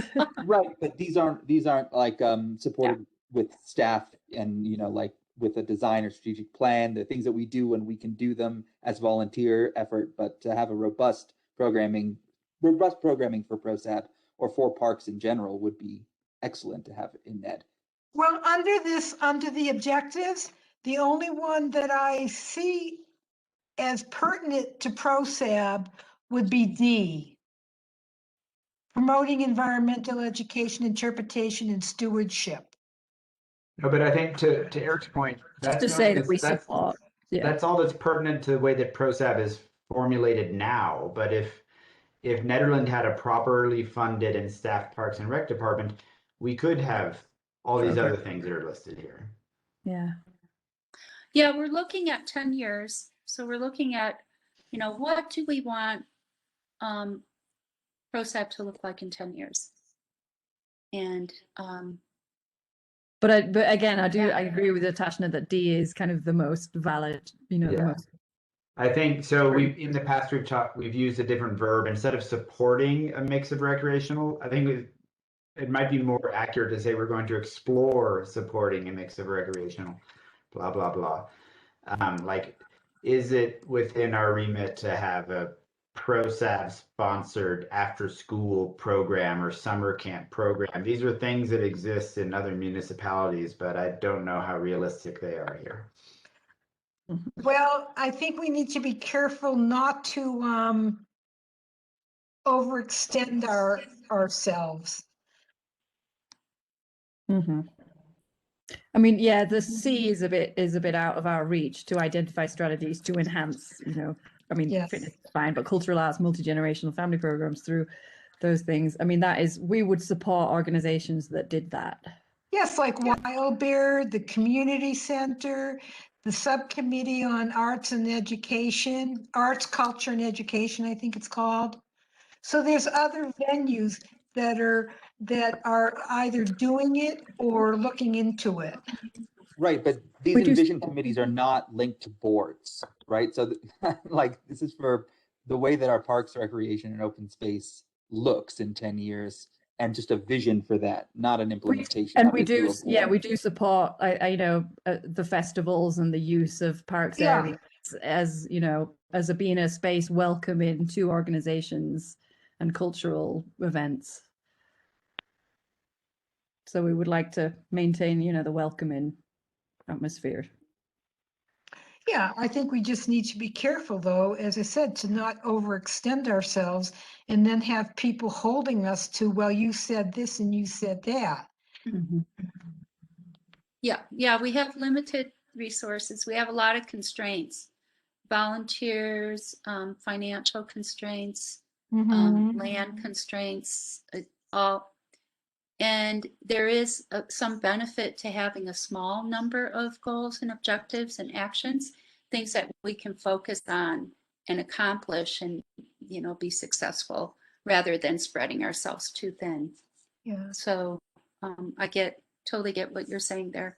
Yeah, okay, so I think we're going to responsive to the interests of the community. Well, when was the last time, this is personal stuff, you go on a hike somewhere, you don't need somebody to support your interest. I'm not saying this very well, but I think it's something that's way beyond our scope at this time. But we do, I think it's good to leave in because we do support organizations that, like you said, that provide those services. Perfectly put, Karen.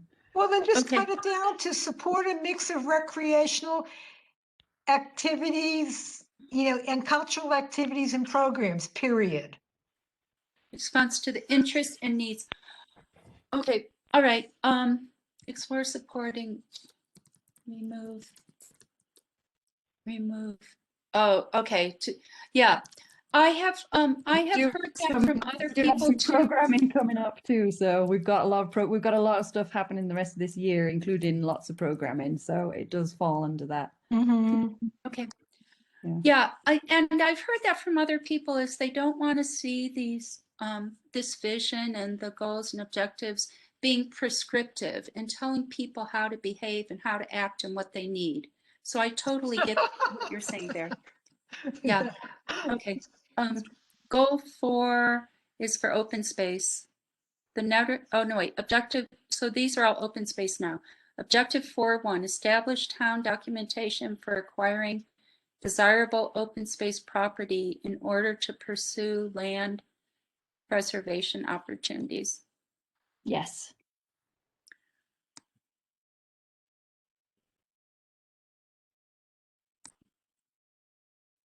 Well, the key here is establish town documentation. So yes, ongoing. Right. Objective 4.2. Ongoing. We gotta keep rolling here. Okay. 4.2 is, I'll let you guys read and just tell me if it's ongoing or no longer relevant. Sustainability Just to speed up the process. analysis. I mean, that is the sustainability board has done that. So it's been done. I mean, and it also is ongoing. It's something that they have to keep revising. But it's in their core. It is, yeah. No, Okay, but got this is it. written as specifically for open space Open property, space. not generally. Mm-hmm.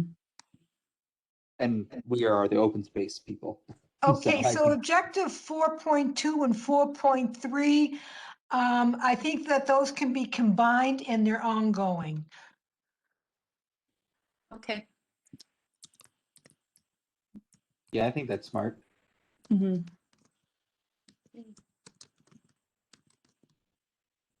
Okay. Well, that open space went pretty quickly. Now we're on to Goal 5 has been accomplished. Well, And some of it is Ongoing. ongoing. yeah, It's ongoing. ongoing. okay.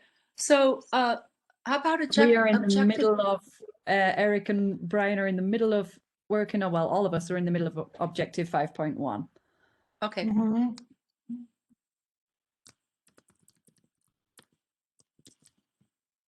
All right. 5.2. We're doing that. That's ongoing. We just got a gigantic grant, so it's Congratulations. Ongoing. Okay. 5.3. that's And, part of 5.2 that we're Trails. working on. That's part of the grant that we just got. So those two can be combined. And I would say this is one of our high, the trails is kind of a high priority on this. So I'm Yeah. not sure what order these objectives are in, but if they are in order of priority, trails would definitely be up there. Well, I see 5.2, 5.3, and 5.4 as being able to be combined because they're all interconnected and they're all being worked on right now Okay. as ongoing. So let's see. Yeah. I don't know if it helps to combine them. I think they all fall under trails in general. And Yeah. it still makes sense to keep them separated because they're different aspects of trails and what we're trying to accomplish. Yeah. Yeah, they fall under the same goal. As long as it's understood generally that a lot of these cannot be accomplished without each other. Okay. Did you look at 5.4 and 5.5? Scroll up. Yep. 5.4 is ongoing. 5.5 is complete. Mm-hmm. Yay. It's good to see objectives that made sense and were worked on and completed. Done. Okay. Although I guess the western shore of that does say the western shore of Barker Reservoir too, which is a river walk. Oh, is, okay. Develop the Tungsten Trail. The Tungsten Trail was completed, yeah. Okay. All righty. Western shore of Barker Reservoir. That's what, yes, that's what we're doing. What about under 5.4A? Are we involved in that in some way still? A and B? Management plan updates. We're doing it within the town. I don't think we're doing it on, Boulder County property. I mean, we're definitely doing B, and that's the kind of the next item on the agenda is the the GIS kind of the municipal open space Oh, request. yeah, okay. That's just an annual thing. It's going to be ongoing forever. Mm-hmm. Okay. And then we have capital improvement recommendations. The first one is development of a Nederland Community Center site master plan. And I That's think what I done. heard from The greenhouse is done. Gateway Park is ongoing. We're working on that, but it should be changed to Barker Meadow master plan.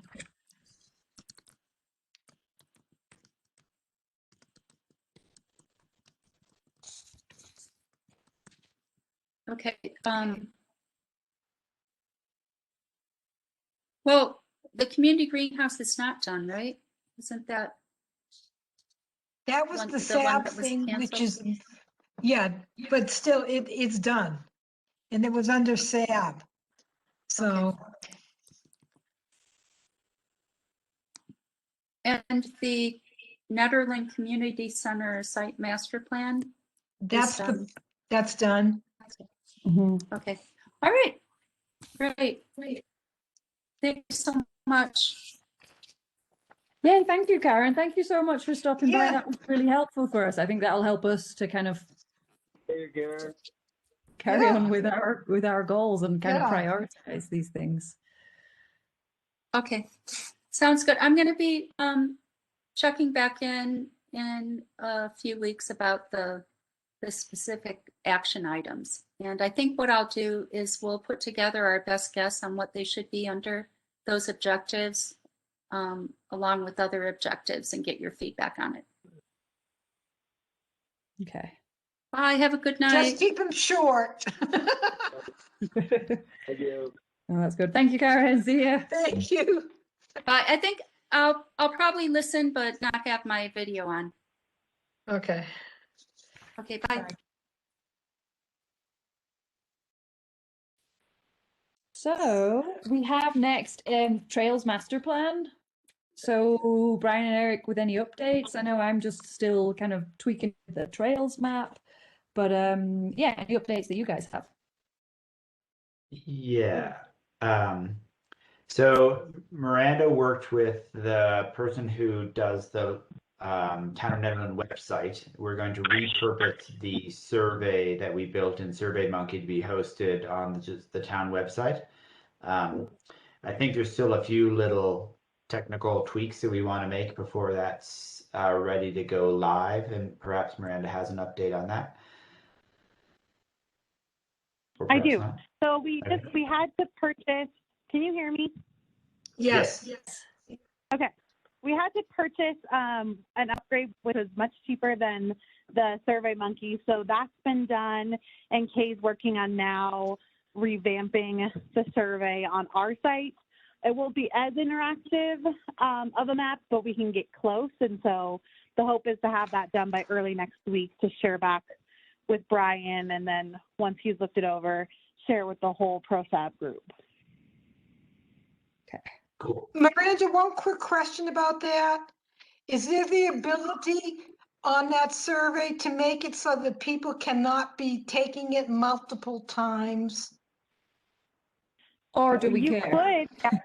You could make them register their email, and then I think that would behoove us, because we don't want to have a block of people dominating. Does that actually ever happen?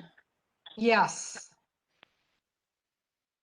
With a controversial issue like what trail do you want? Yeah, I think it's a good question happen. that Miranda can take back to Kay. I can imagine we don't want to make people sign in to this, but I think that most of these sort of survey sites, when the results get published somewhere, they get published along with some other information like somebody's IP address, for example.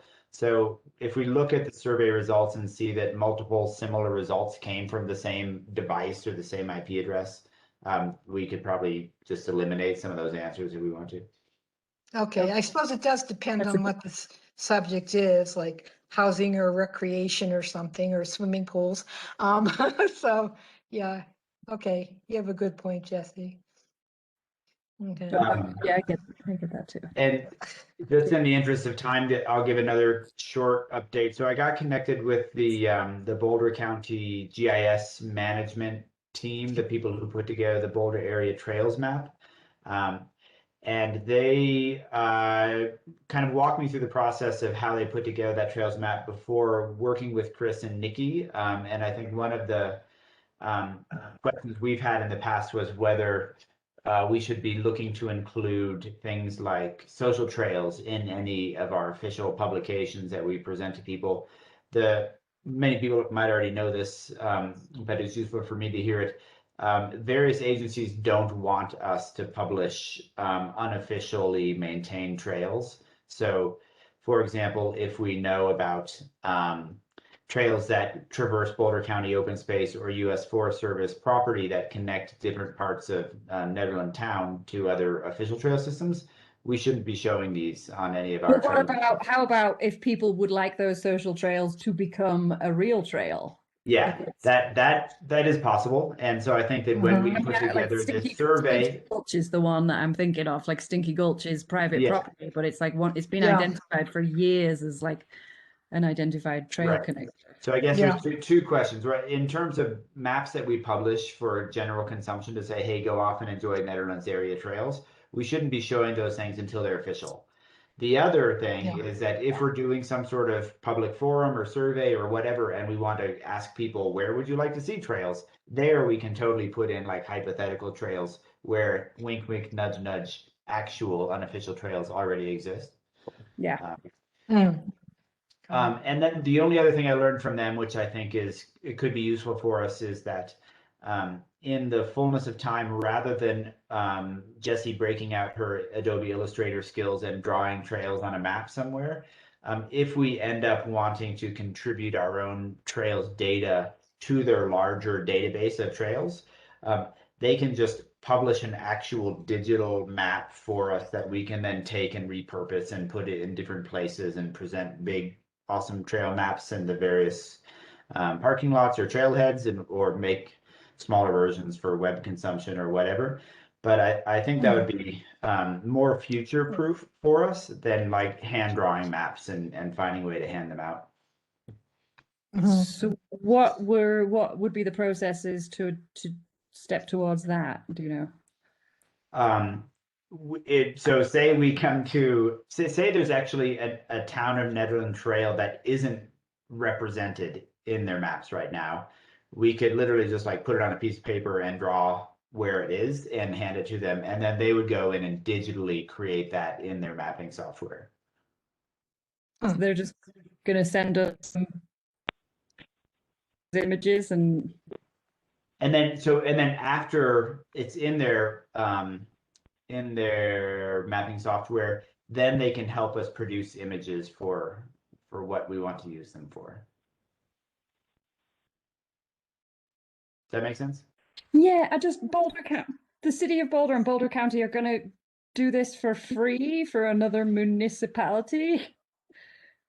Well, we certainly didn't talk about money, and we didn't talk about like how much of their time and effort we might be asking them to spend. Dubious about. Like, I'm sure they would do it, but well, Jesse, it may be a service to their residents, considering all the Front Range people who come up here. No, I'm sure it would be, but I just don't believe they would do that. Oh yeah, Like what do they want? Ask them what they want, Brian.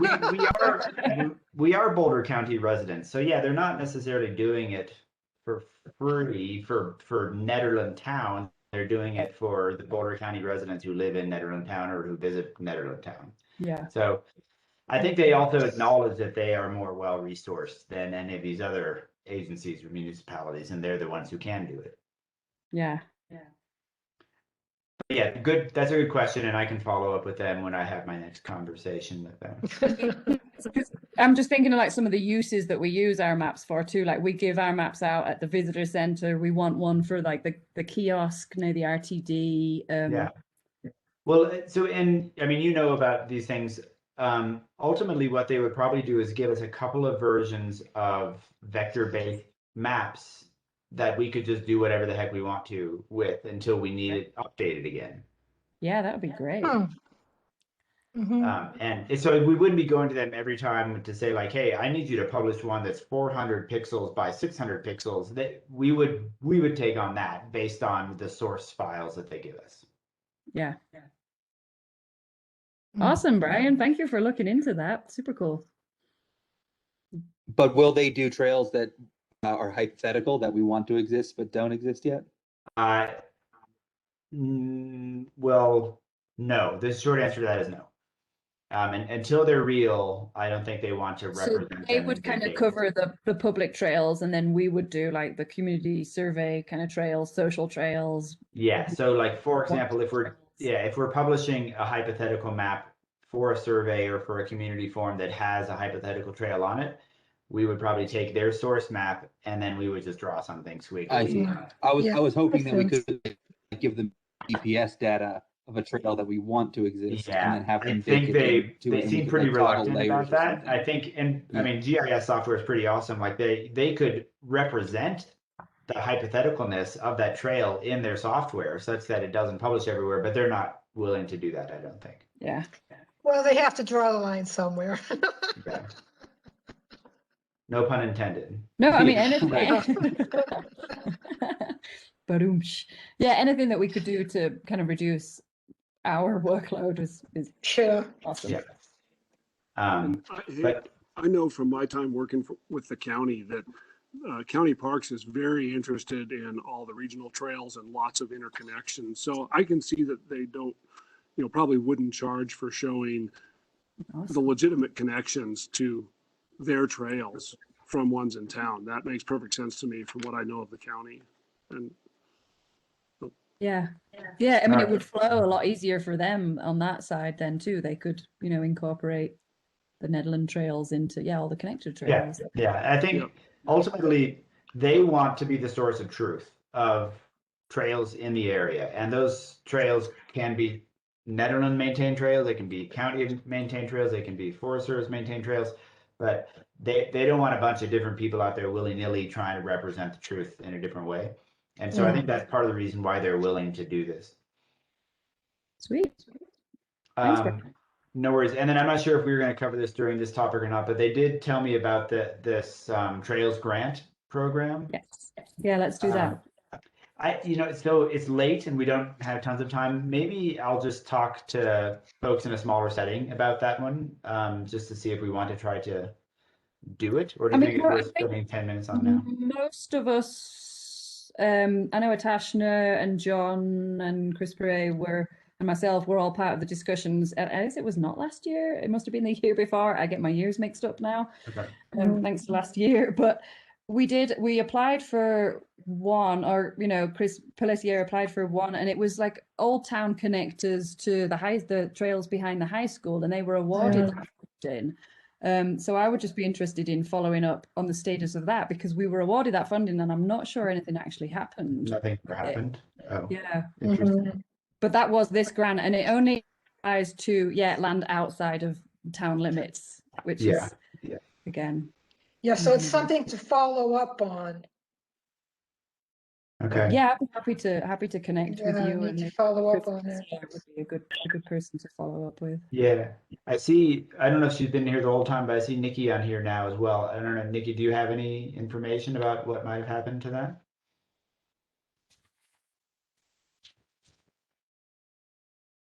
She may just be here. Yeah, her phone says. Nikki, I need to press *6 if you're on the phone.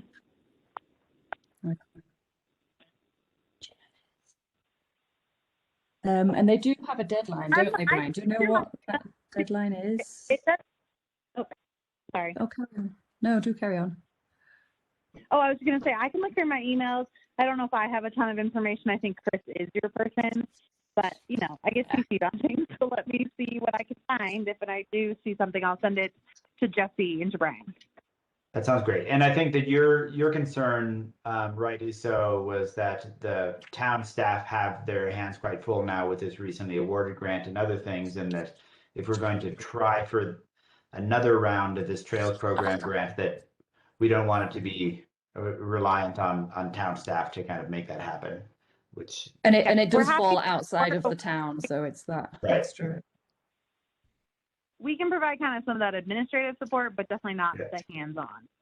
Yeah, that makes sense. Okay, I'll just try to convene a smaller group of folks to maybe either send some emails back and forth or to jump on a phone quickly just to learn about what the grant process was like last time and figure out if we have any projects in mind that we Exactly. would actually want to apply for this time around. Yeah. Because last time it came up, I asked about the shoreline of the north shoreline of Barker, and I guess that falls outside because I was like, well, that's not town of Nederland, that's but that's city of Boulder, so it doesn't count. They want Boulder County, Okay, which is silly. there's not a lot, is there? Yeah. Okay.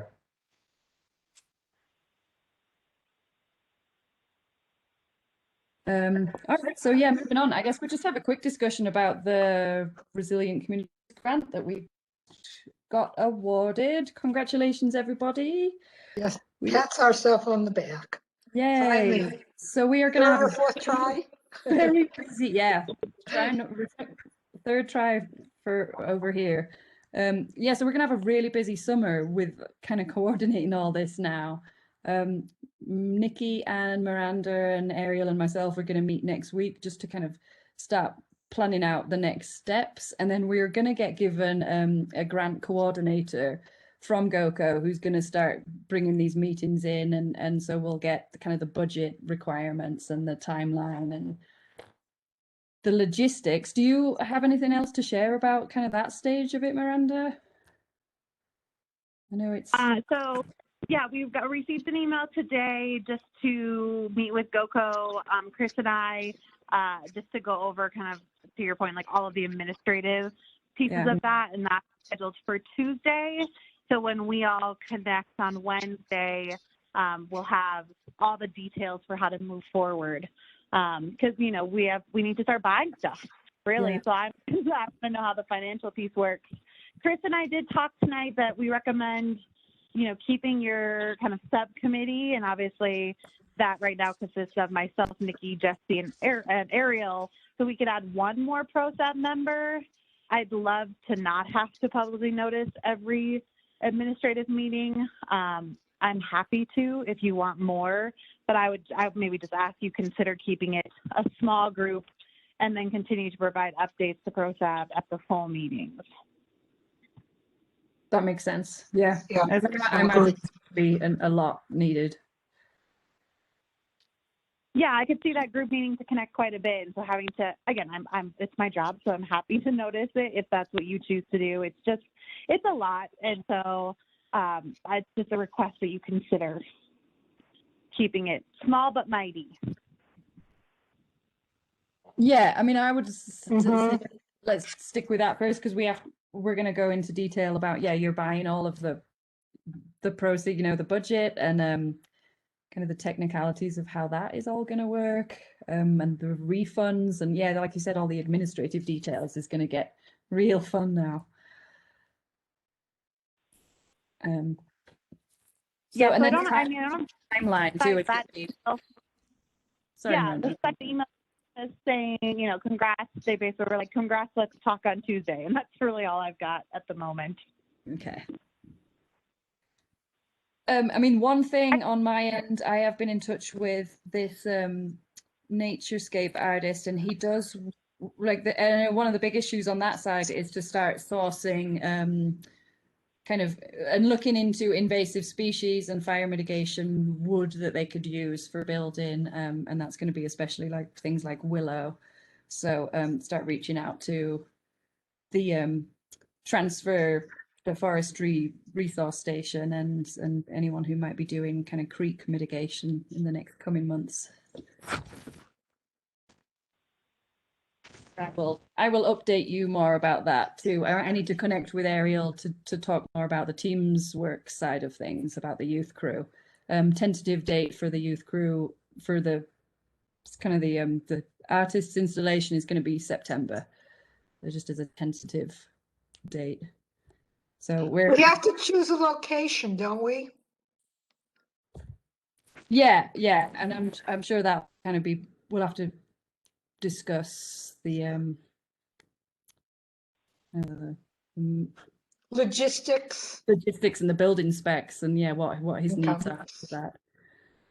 I mean, we do have a tentative spot on the map that we've just been using for the last year, just for presentation purposes. That is all. I mean, that's open to interpretation, and we do have 5,000 in the budget for landscape architectural services, which I'm sure is kind of going to be one of the first things we start looking into.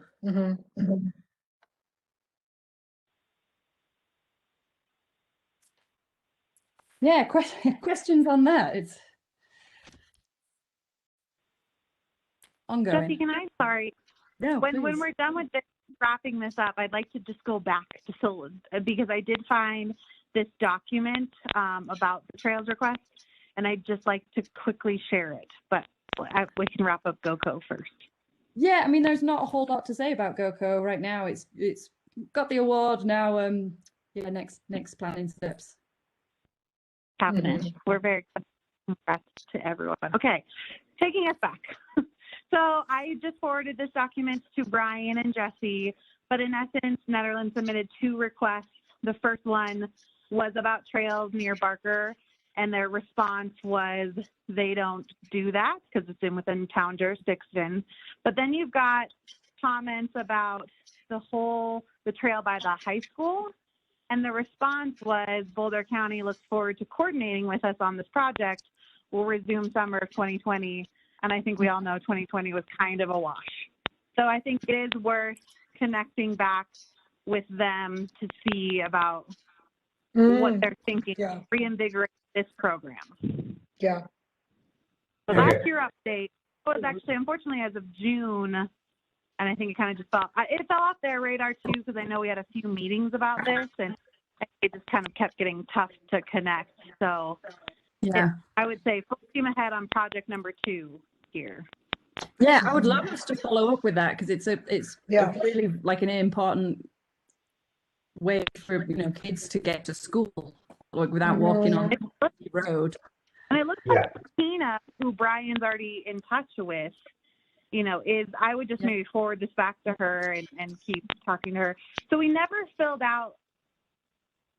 Oh yeah, so that's that attachment A. And so Karen had asked Chris if we were filling out attachment A. It seems like maybe that didn't happen on town staff's end. So that would be kind of next step. Okay. But I guess I would expect Tina.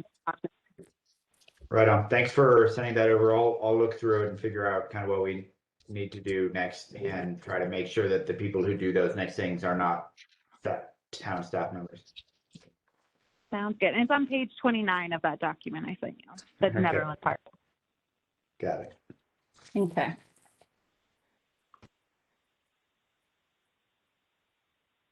What do we have next? Let's see.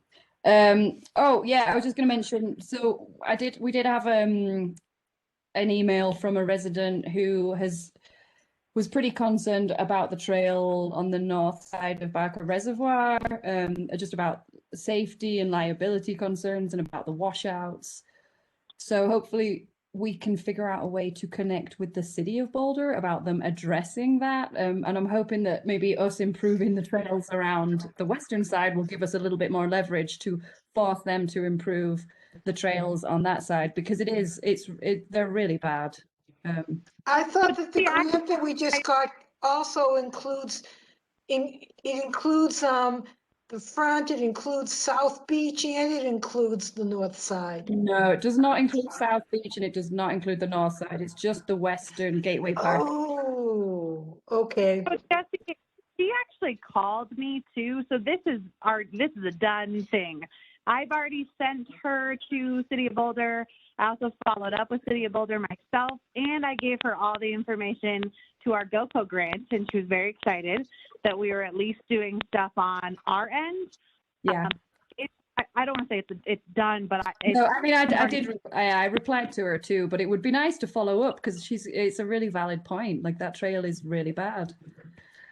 Yeah, so I talked to Kim Hutton, and she was going to keep me in the loop about that because now that we do have the grant, she also wants to stay in touch with us.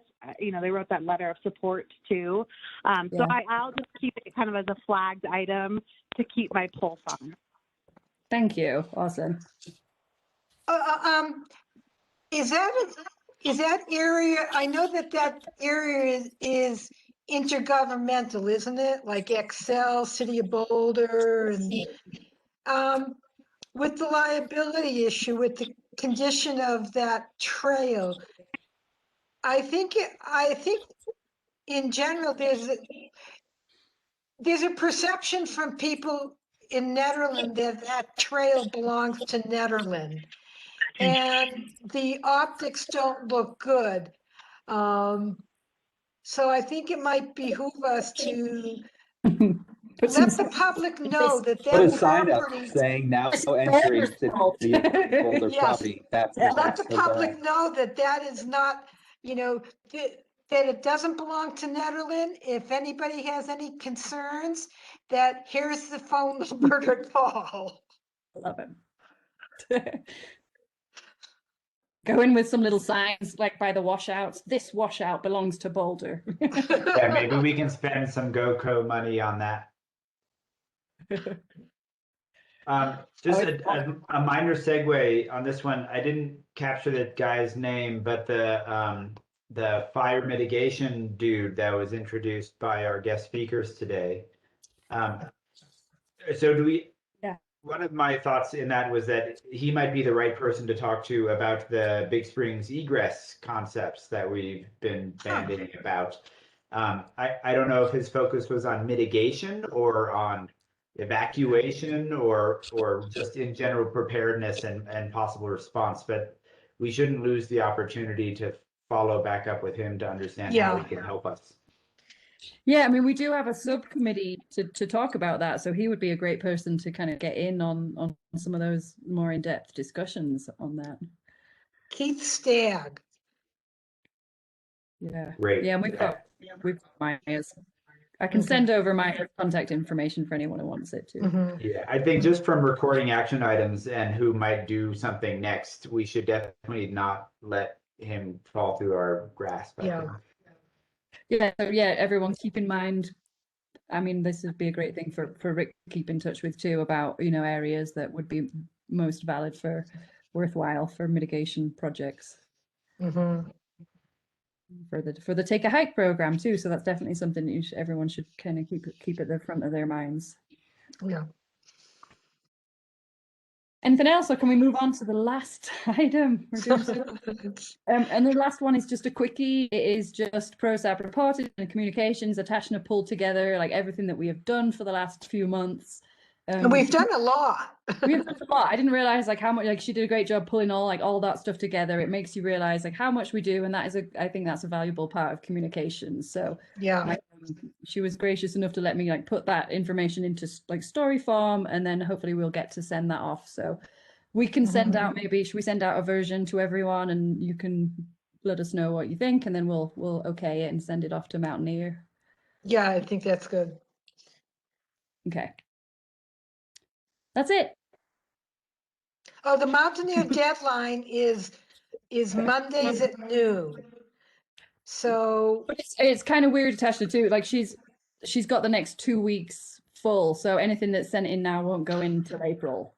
So, geez. Yeah. Okay. Because I asked about we have putting a piece in for the GoCo, and she's like, "Well, it won't be until April." So, old news. Yeah, move slow.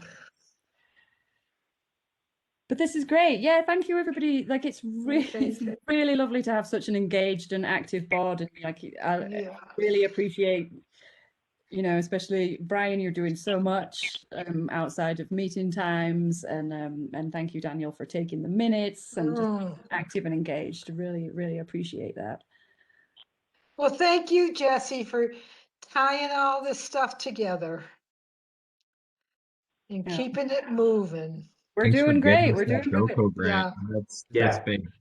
I'm very When the excited weather about is that. warmer and we want to have an outdoor social gathering, 6 feet away from each other, we should pop a cork to celebrate. That would be nice. No. Somebody, you started already.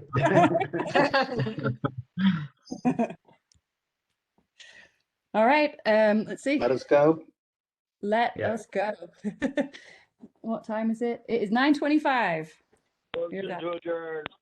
All right. See ya. Thank you, folks. See you guys. Bye. Bye. Everybody, good night. See you, Chris.